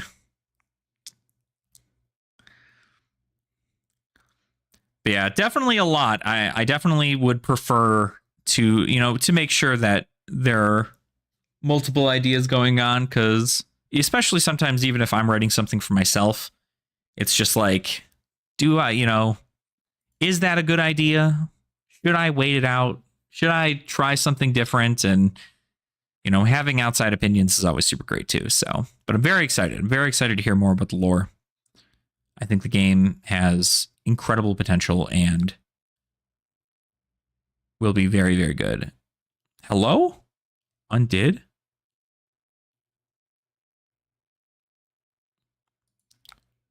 That's right. That's right. That's right. He isn't pay up.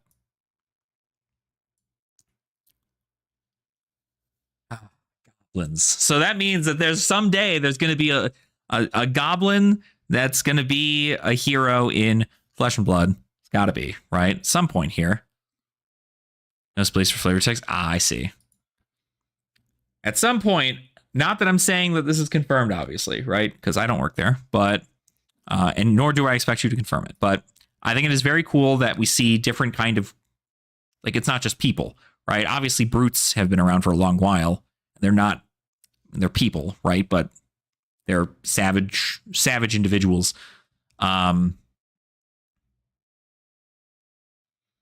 I guess I could just do a chi again, right? You know what? I am going to do this. I don't get to attack, so I'm not going to worry about it. That's fine. Glacial Footsteps, absolutely going to get 10. No fuse. So...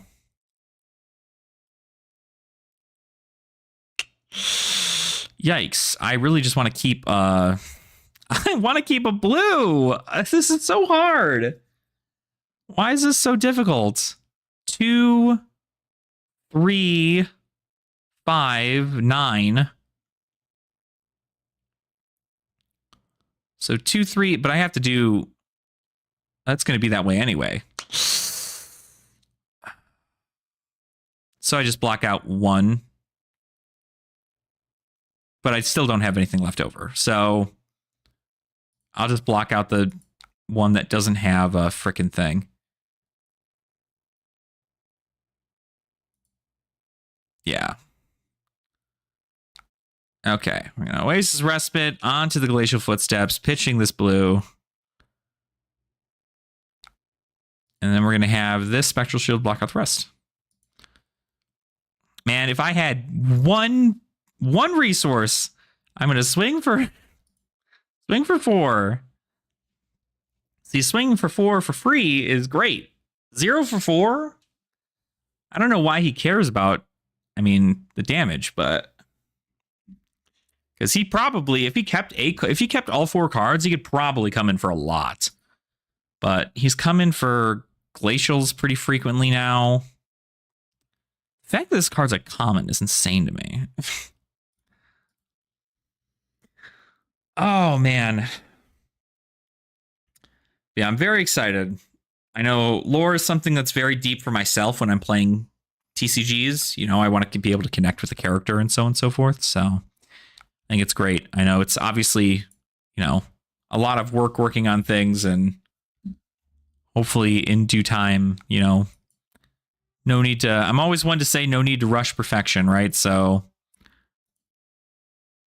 okay. I would like to keep one of these things. Which got you into MTG, yeah. Yeah, see, that's honestly what got me out of MTG, was the fact that they weren't focusing super deep on their lore anymore. And they were just like, here's a bunch of other IPs. And then, here's a bunch of stuff that isn't really Magic. And I was like, ugh. Oof. Don't you care about your brand? Snow Under. Okay, nothing here. This was fused. I can block... Oh, wait. I have a blue. Oh, my God. Actually, crazy. What we could do is we could put this guy down. Pitch it to... No.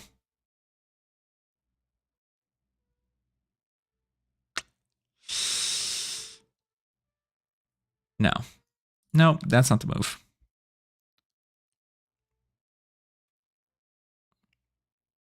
Oh, what? Ragavan? Yeah, that'd be kind of crazy. I don't know if I want Oasis here, actually. Part of me almost wants to not, but I'm gonna. And I'm gonna regret it. A lot more world depth and a lot more access for players to explore them, rather than a world book that has 1,000 spelling mistakes and not fully explained lore. Yeah, it's funny. I'm wondering whether or not that's why, the lore book was something that was always given out to players. I should have kept this. This was a dumb turn. I definitely should not have Oasised. I should have just Oasised, kept a blue and that Waxing Spectre in hand, used one of my Spectral Shields, and then just come in with a Waxing Spectre for 4 go again into a Spectral Shield for 4 go again. Or a Spectral Shield 4 go again into a Waxing Spectre 4 go again. I screwed up. That was not optimal play. Although the deck is performing a lot better than I expected, so we're rocking it. Okay. Yeah, the lore book is always super cool. I think it's great. Ooh, actually,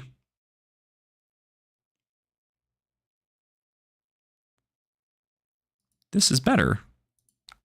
Oh wait, no, they're not blue. Shit.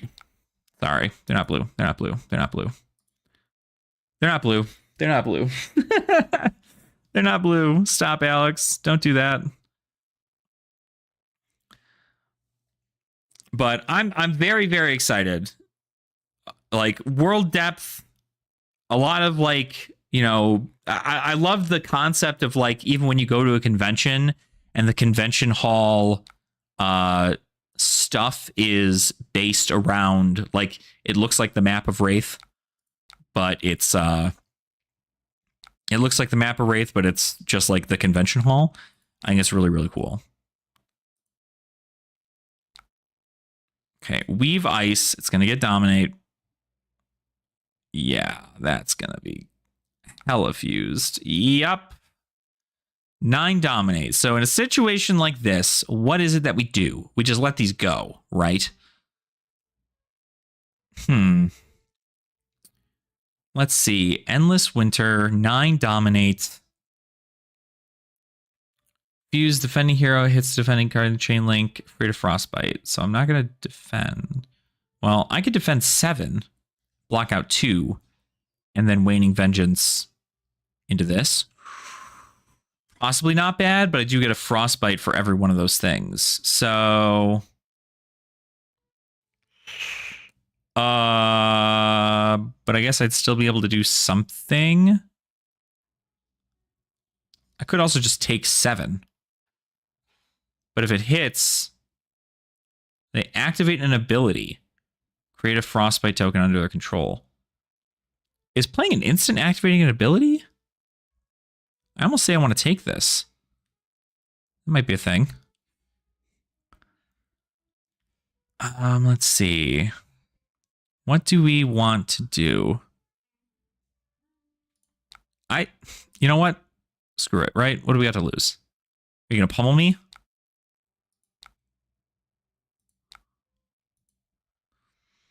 In terms of our world building, it was released as a product too early in a world that wasn't fully released. It has been much more since then.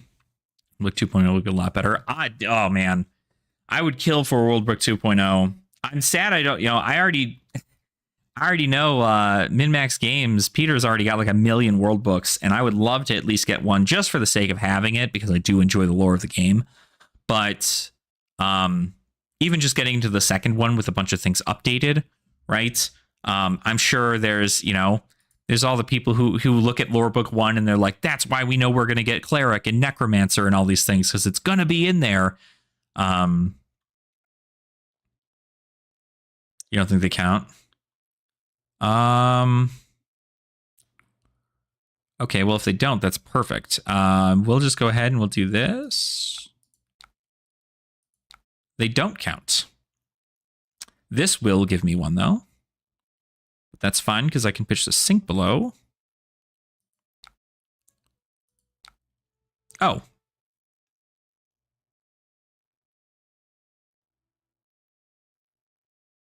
Whoops. Nope. Nope. That's not how that works. I need to swing with this first. Oh, it is an activated ability. It's an activated ability of the thing. Yeah.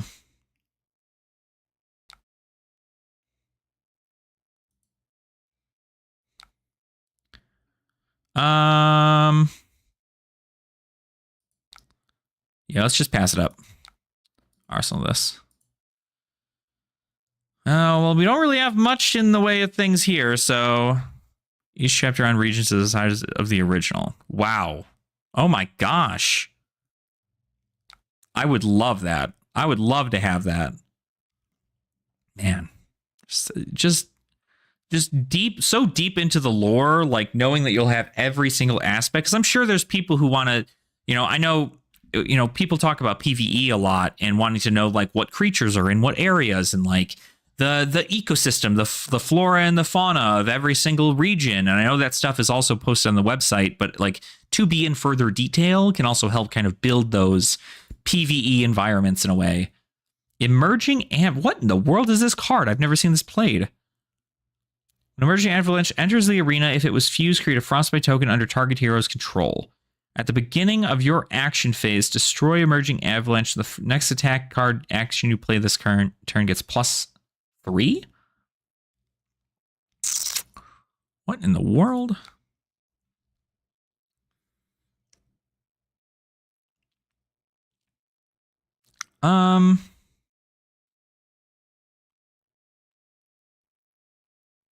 Do I just block 5 here? Block 5, play Haze Bending? I think it's probably a good move, right?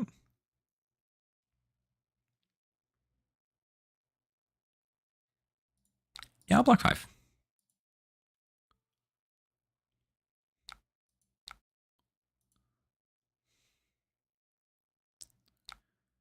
Oh, I had to sink below.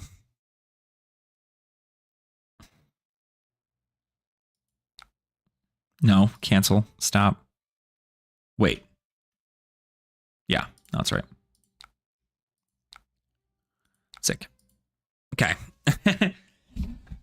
So now if this dies, I get a spectral shield token. This is gonna make this extremely better. Because now if any of these get destroyed, I'm gonna get a spectral shield token, which is gonna help a lot. And in this situation, whatever they come in with, I can go ahead and unmovable and then sink below, pitching this. That will go ahead and get me some other stuff, and then I can go ahead and do that. What are we doing? Winter's Bite? Pay 3 to avoid discarding. No. I'm good. I'm just going to go ahead and I'll discard this Spectral Manifestations. No, do I really want to do that, though? Interesting. What do I want to do? I think we'll just get rid of the sink here, but it's just sink's like so good. I'm not going to have the resources to do this, so this is what's going to have to go.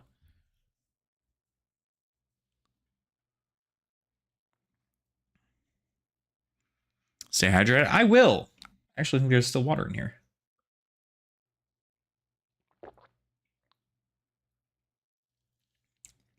Slim, do you have a Twitter by chance? Do you do stuff on Twitter, or are you kind of in the shadows for the most part? 11. So block 7, and then 4. That's perfect, actually.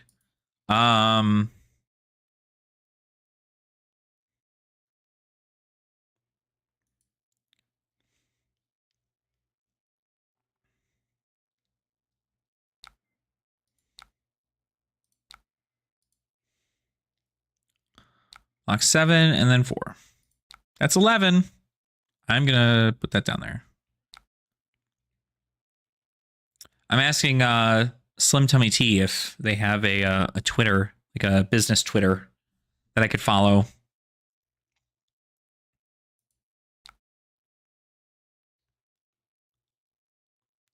I was big thinking. Oh, no worries. Yeah, no worries. Shadow Writer class, so cool. You're so cool. I guess we're just gonna pitch. Do I want to do this instead?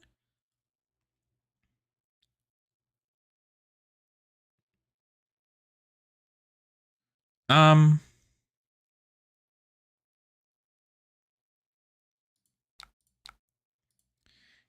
we're just gonna attack for 2. See if we can chip him down. He's got a bunch of Ironhide stuff.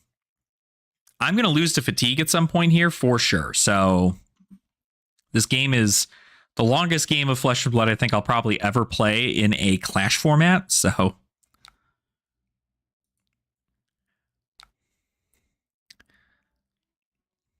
but no worries. Yeah, I know James White doesn't even I don't think he's even using his own Twitter, right? Like somebody's writing for him. Every now and again, I'm sure he will actually write on there, but I think he has somebody else doing it, which is, understandable. So, okay, what can I do with this hand? They're going to come in with a big attack. What do they have left?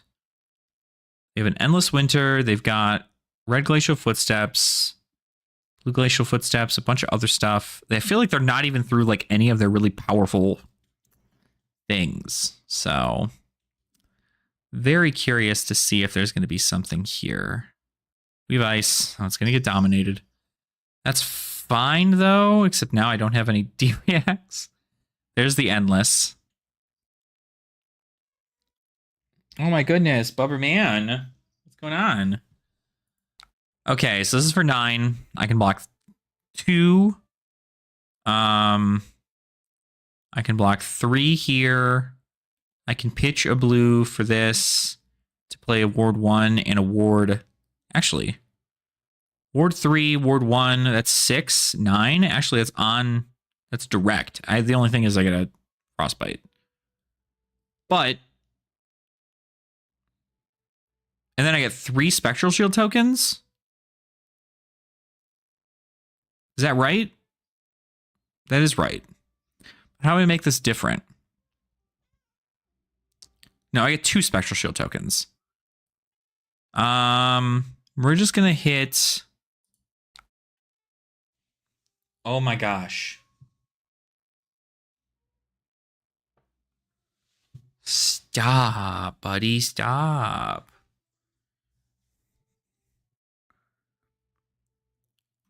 I think we're good here. I'm gonna go ahead and just instant speed this, pitch this, and then this. I think that blocks it all. Bubba's, come here. You want to say hi? You want to say hi to everybody? You want to say hi to everyone? Is that it? You just want to say hi?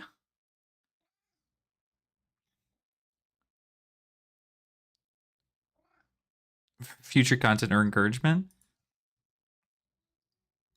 Hopefully I didn't miss a message there. That would be an interesting action though, right, Jonathan? What?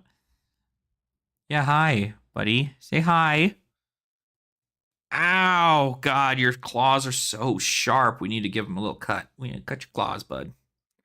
Yeah, cut your claws, little buddy. Go ahead and cut them. Okay.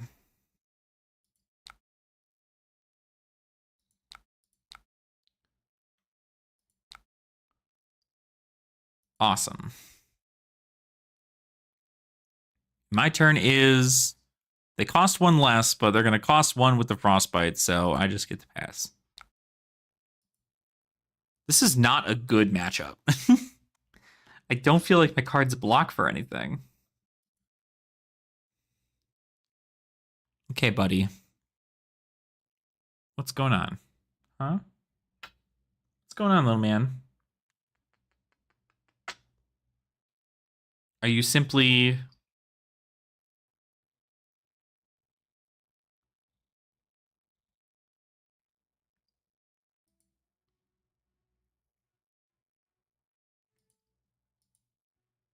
How many cards do you have in deck left? I have 12. 12 cards left in deck. So we are not doing very great.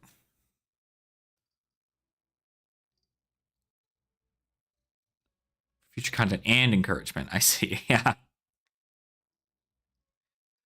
Oh.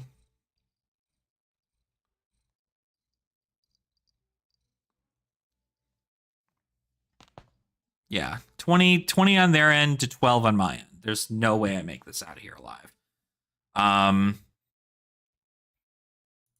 Another glacial dominated, of course, right?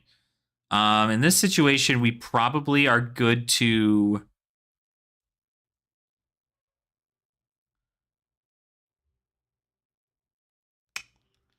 It just doesn't feel good, you know? I'm going to be able to block 3. I can block 5. And then block 3. Actually, it's not terrible.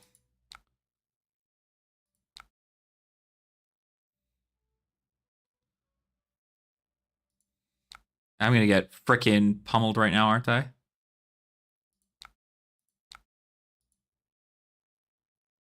I'm going to get pummeled.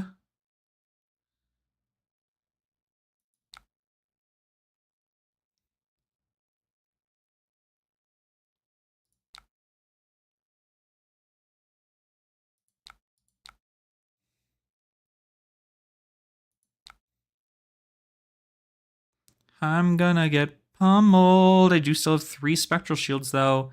So actually, that means that I can do this.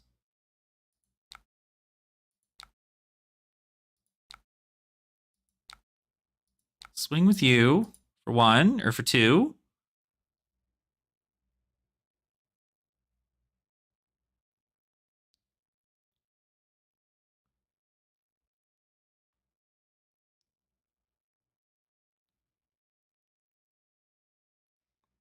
Yeah, they still have like a full suite of armor, 19 in deck, and their whole thing is pitch 3 cards to come in with 12. There's like not much this can do into that. Illusionist has always been kind of bad into Guardian, personally. I've always said that. Now I could be wrong, but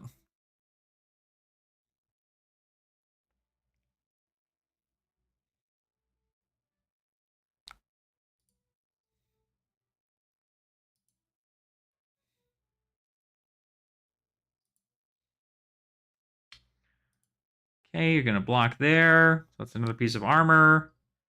I'm gonna swing 1.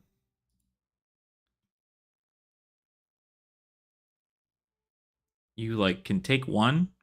I'm also in the life lead, oddly enough. Not sure how that works out, but I am in the life lead.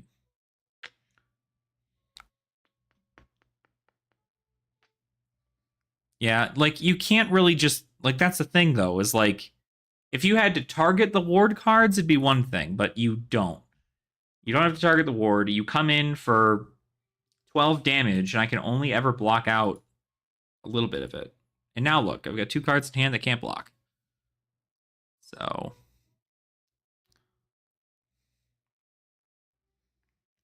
look at this boy. Look at him. What is he doing? He just slept up here. He was sleeping. Yep, the good old no block hand. Winner's bite. Pay 1? Yeah, I'm gonna pay 1. I'm just gonna bitch this G. Winter's Whale. Coming in for 4. I have Ward 1 here, and I can block 3. It's actually so rad. Because I could swing with the Spectral Shield, then come in for... No, I didn't play blue.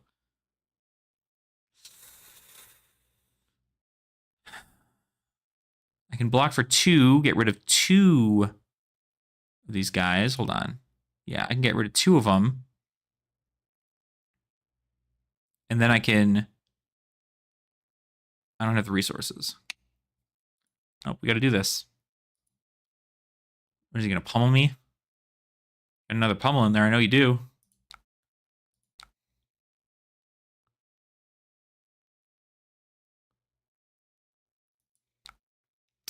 Okay.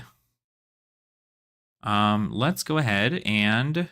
Man, I really wish I didn't pitch that Chi now. I should have just pitched this. That would have been better. That would have been better.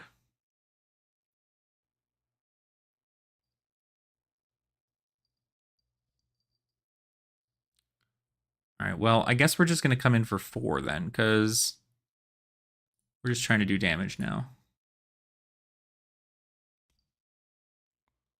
Oh my gosh, Bubberman, you want to come down? Okay, guess not. Guess you don't. Little boy. He's so cute. He spent like the reason I was so late to streaming earlier today is because like he quite literally laid up here for like 30 minutes and fell asleep. And I was like, buddy, you have a whole bed with a heated blanket. Why don't you just go use that? I feel like I should just shield and then keep the homage. I think that's what I'm gonna do. Let's just get crazy with it, right? Lock with a Civic, give me a... That's actually pretty cool. And then we're gonna just wait. Arsenal. Yeah, all right. Now let's see what we can do.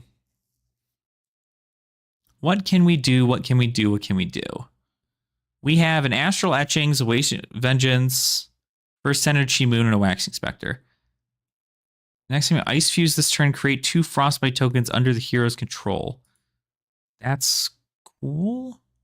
You can Frostbite me. Snow Under? You didn't even fuse. What?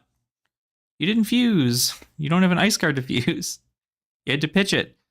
My cat does that. She likes shoulders. Yeah. Bubba loves shoulders. He's a shouldery boy. for sure. Block 6, kill a spectral shield.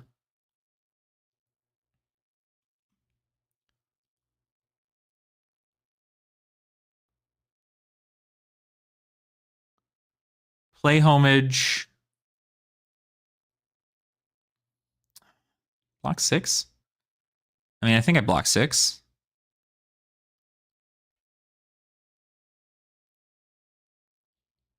Yeah, because we just need to pitch 1. And then we need to play homage. And then we need to pitch for a spectral shield. Pitch to attack with things. We'll block 6. Yeah. Fine. I think I'm going to lose to fatigue, but I could be wrong. Okay. I do also have a quicken token, oddly enough. So here's the deal. We can play Waxing Spectre, attack with a Spectral Shield, and then attack with Waxing Spectre. That will provide a lot more damage.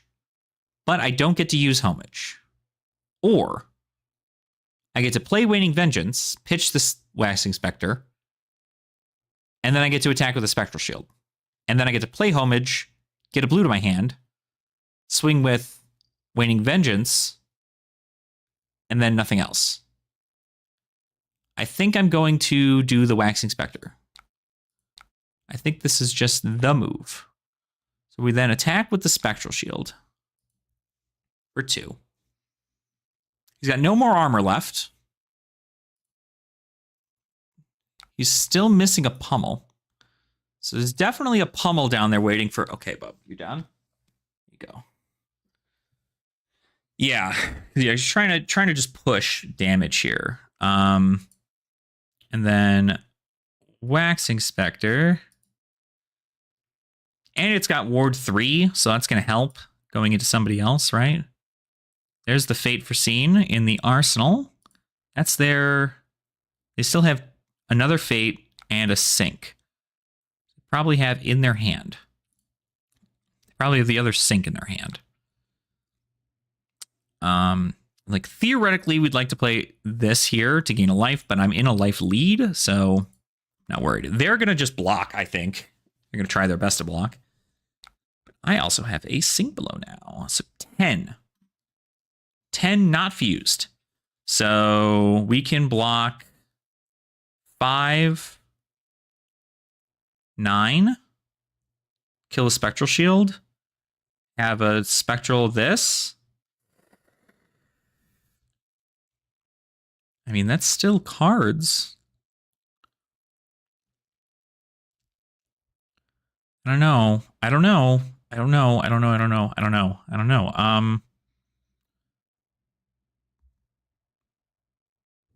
Yeah, we're going to block 5, then deal 9. So I don't think... Where the hell is this guy's pummel? We're just going to keep that in hand. We're going to keep that. I'd rather be able to do the 2. Okay, boom.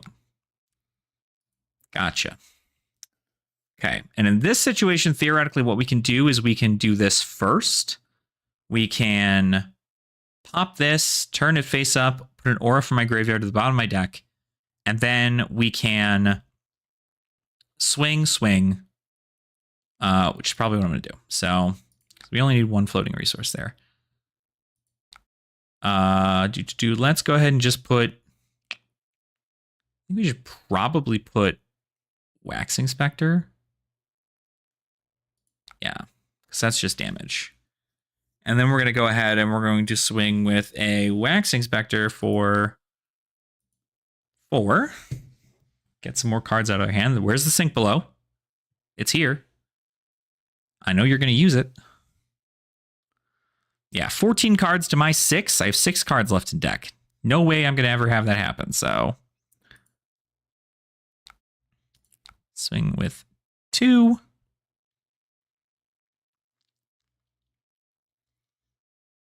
There are also situations now where I could just not block, but if I don't block, I still get a spectral shield from the Waxing Spectre.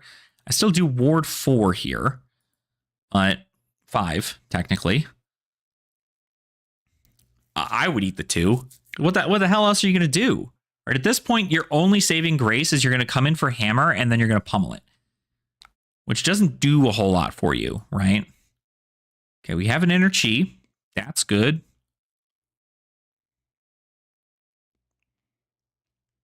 We also have a Passover. I might actually do that so I can get a bunch of chi in my hand, but 2 is sketch. I don't think it's that bad. 7 fused. If it hits, create a frostbite under control. So I have ward 4. I can only block 2, 5, 6. I can make another spectral shield for 7. And then I can pass over, make another spectral shield, come in for 2 and 2, 2 and 1. Is that right? Is that math? So if we block, there's got to be a pummel behind this, right? That's got to be a pummel. Block here. Yeah, that's what I'm thinking. Because like if they pummel, I'm utilizing way too many resources for a pummel. But I do gain a life, and I'm able to do some other stuff. So we're going to block there. This is block 2, 5, 6. There's a pummel. So we could theoretically do this to block the other. Oh, it gets +3.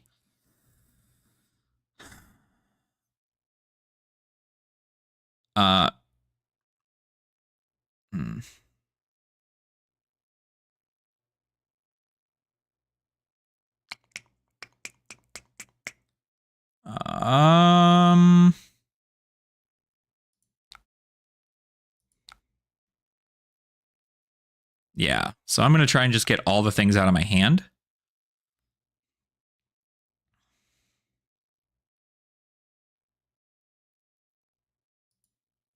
So it's 10, blocking 2, 2, 5, 6. That's 8. And then discard. So I'm going to do this, and I'm going to make another spectral shield. Yeah. So now we only take 1? Oh, shit, that's right. No, 10 exactly, actually. So there we go. I blocked it out. I still got a spectral shield out of it.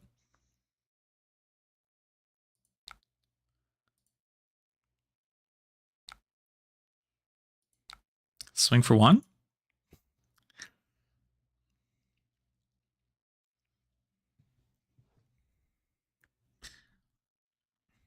And now I could probably, unless they end up having resources for it, I could probably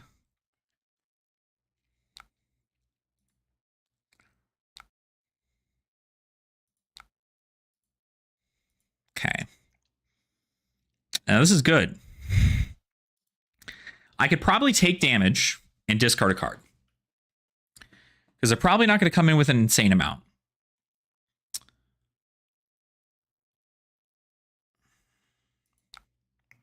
Pay 3 to avoid discarding. Yeah, I'm going to pitch.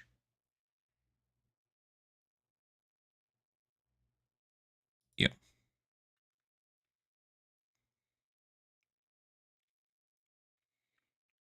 Winter's Whale. So this can get pummeled all day. I'm going to get a frostbite. That's fine. That's fine.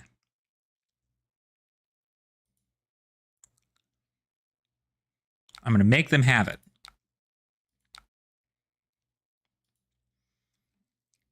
Because I can't just keep using cards here.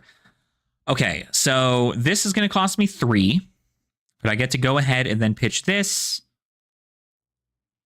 I don't have a blue to play, unfortunately, but I still get to come in for 4. Means they're going to have to block it. This is where that sink below is going to come in. Because they do have another sink below. I know they do.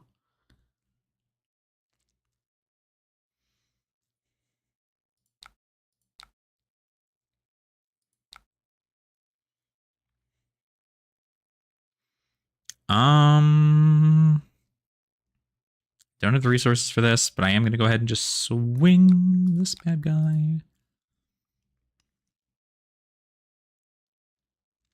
Where's your sink below, man? You're going to give me a card from hand? There it is. They are going to sink?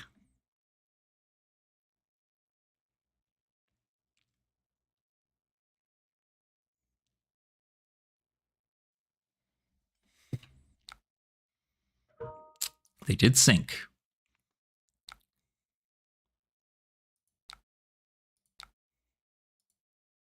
Okay, last hand. Not much I can do here in this regard. I could ward. Okay, again, pummel. Right? What can we provide on this turn? If we don't get pummeled, they also have yellow pummels, but they can't play 2. So it's also not going to discard. But I just have to pay 1 more. I feel like I just let this hit. I get a Spectral Shield.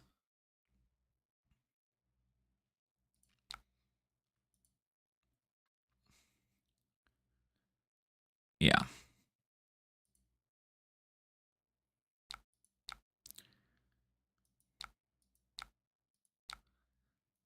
Okay. Down to the wire, 1 to 5. They've got 8 cards left in deck and a full grip. And I just have to keep making things. So I'm going to go ahead and I'm going to... I guess I should just transform this, right?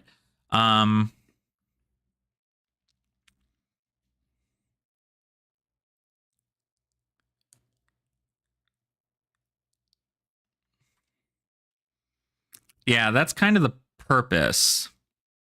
I'm going to pass over. The card I'm going to choose is going to be, I mean, it really doesn't matter on my end, but let's just make it a pummel because I hate that card. I'm going to pitch this Waxing Spectre. I should have frickin', damn it. Didn't do it in the right order. It's okay.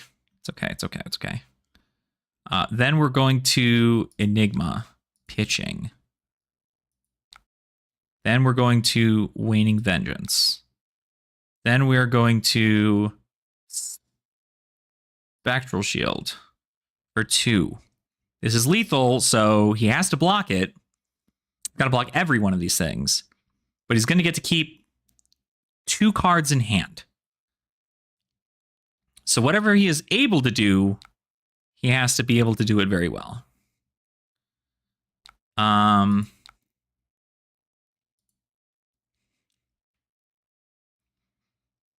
I only have 1 card that I can technically block with, and that's a Waxing Spectre. I do have all these, I guess, right? So theoretically, I can block for that much. Keep a chi in hand. This act... I don't know. We might be good here. They're out of D-Reacts. They have no more D-Reacts. They have to give me cards from hand. Draw them all anyway. I also can make another Spectral Shield here.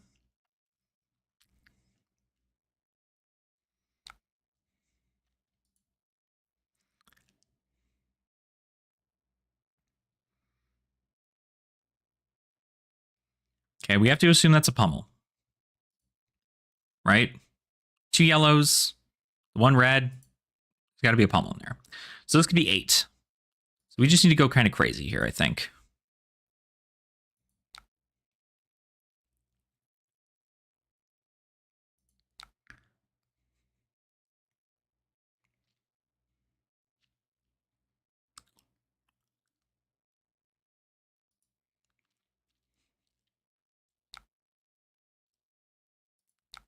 Okay, 4. Ward 2, Ward 1, Ward 1, come in for 2, and then 1. Well, they're not going to use it, right? They're not going to use it. They have it. I know they have it. They're just not going to use it. I get some spectral shields back. I think I just need to... +1s are so good here, though. Yeah.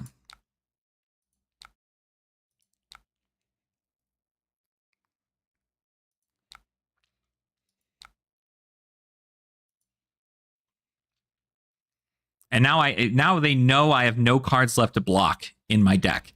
So they just get to come in for Whale. This is the longest game of Clash I've ever played. I don't ever want to do this again. I don't ever want to go against an Oldhim again. Oh, they're playing blue pummels too. So I already never had a chance, is what I'm hearing here.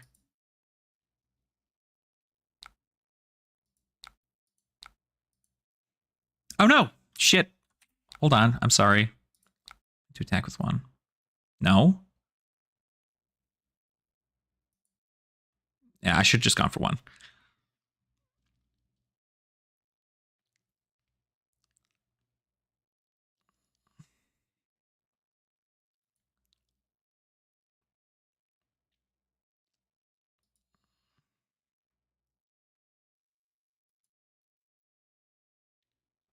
And like their turns are just going to be, you know, Winter's Whale into whatever.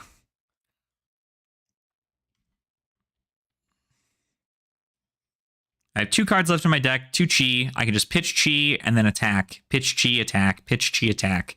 But that's all I can do. So...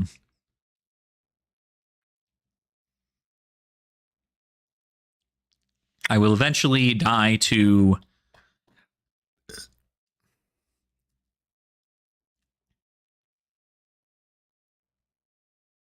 just sheer fatigue and not being able to block. Mm-hmm.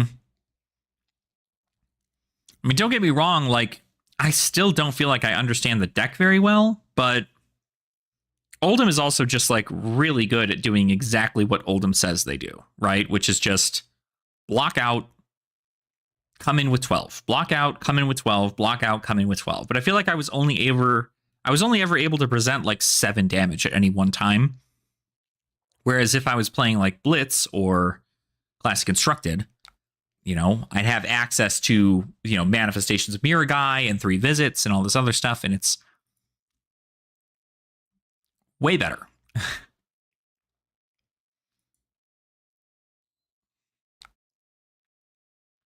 Chill to the bone.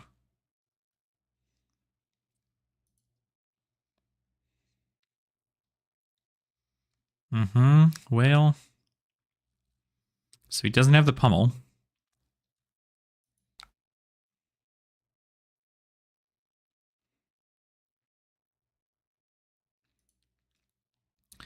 So I make a Spectral Shield here, block out all 4 of it, right?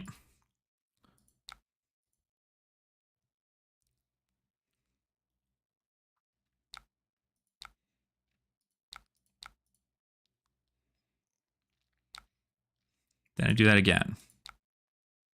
Swing for 2.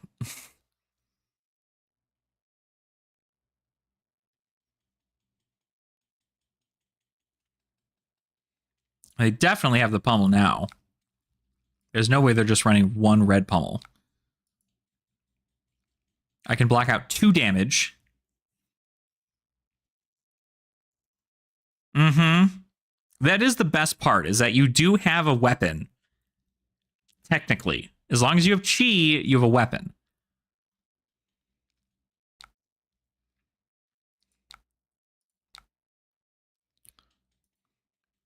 So I'm going to get a... There's the pummel. Yeah.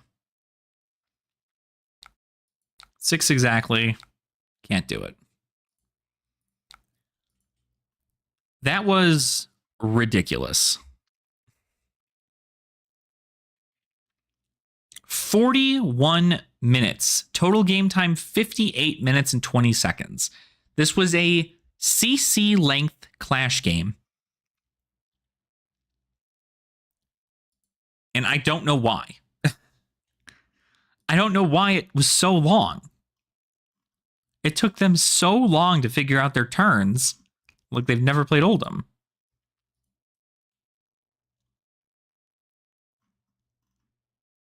So Chroma just my ProQuest. Oh yeah, for sure. I mean, obviously, don't get me wrong, right? Like, if you could play a better fatigue strat, like that's good.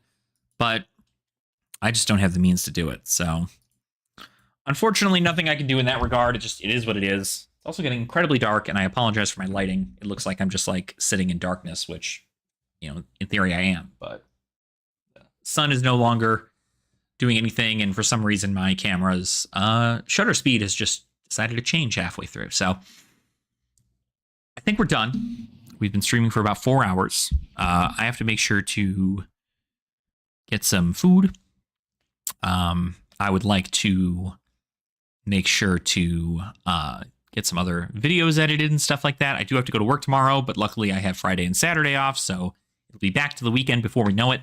I just got to go do a day of work and then be done there. So we'll be back at it before we know. But we did just come out with a new video today, the episode 1 of the finals for the first season of the Clash Bash. So I do suggest if you are going to look into something there, feel free to do so. I pilot Dromai, and my opponent is on Rhinar. Very, very interesting match. And it is very cool to see. So with just Mirkai Chroma, let him die, use all remembrance to get him back. Yeah. It's all about just making sure you know what you're getting back with remembrance. That's the whole thing. So, but yeah, we're going to go ahead and we're going to call it here. So thank you guys so much for coming and hanging out. Hopefully you guys are going to have a great, great rest of your day.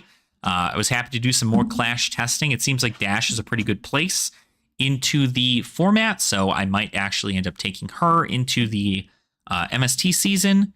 And then maybe we'll check into possibly doing new still, because I do think new has a great place there too. So we'll see. But thanks, Slim. Keep up the great work. Seriously, you're killing it. Hopefully things ease up for you and you're not under like 17 different hats and several boulders. But you just keep at it. And let me know. I have my, not that it's expected, obviously, but if you ever require me for anything, feel free to reach out. I've got my email available for you guys to find on my YouTube page. So if you guys are ever looking for any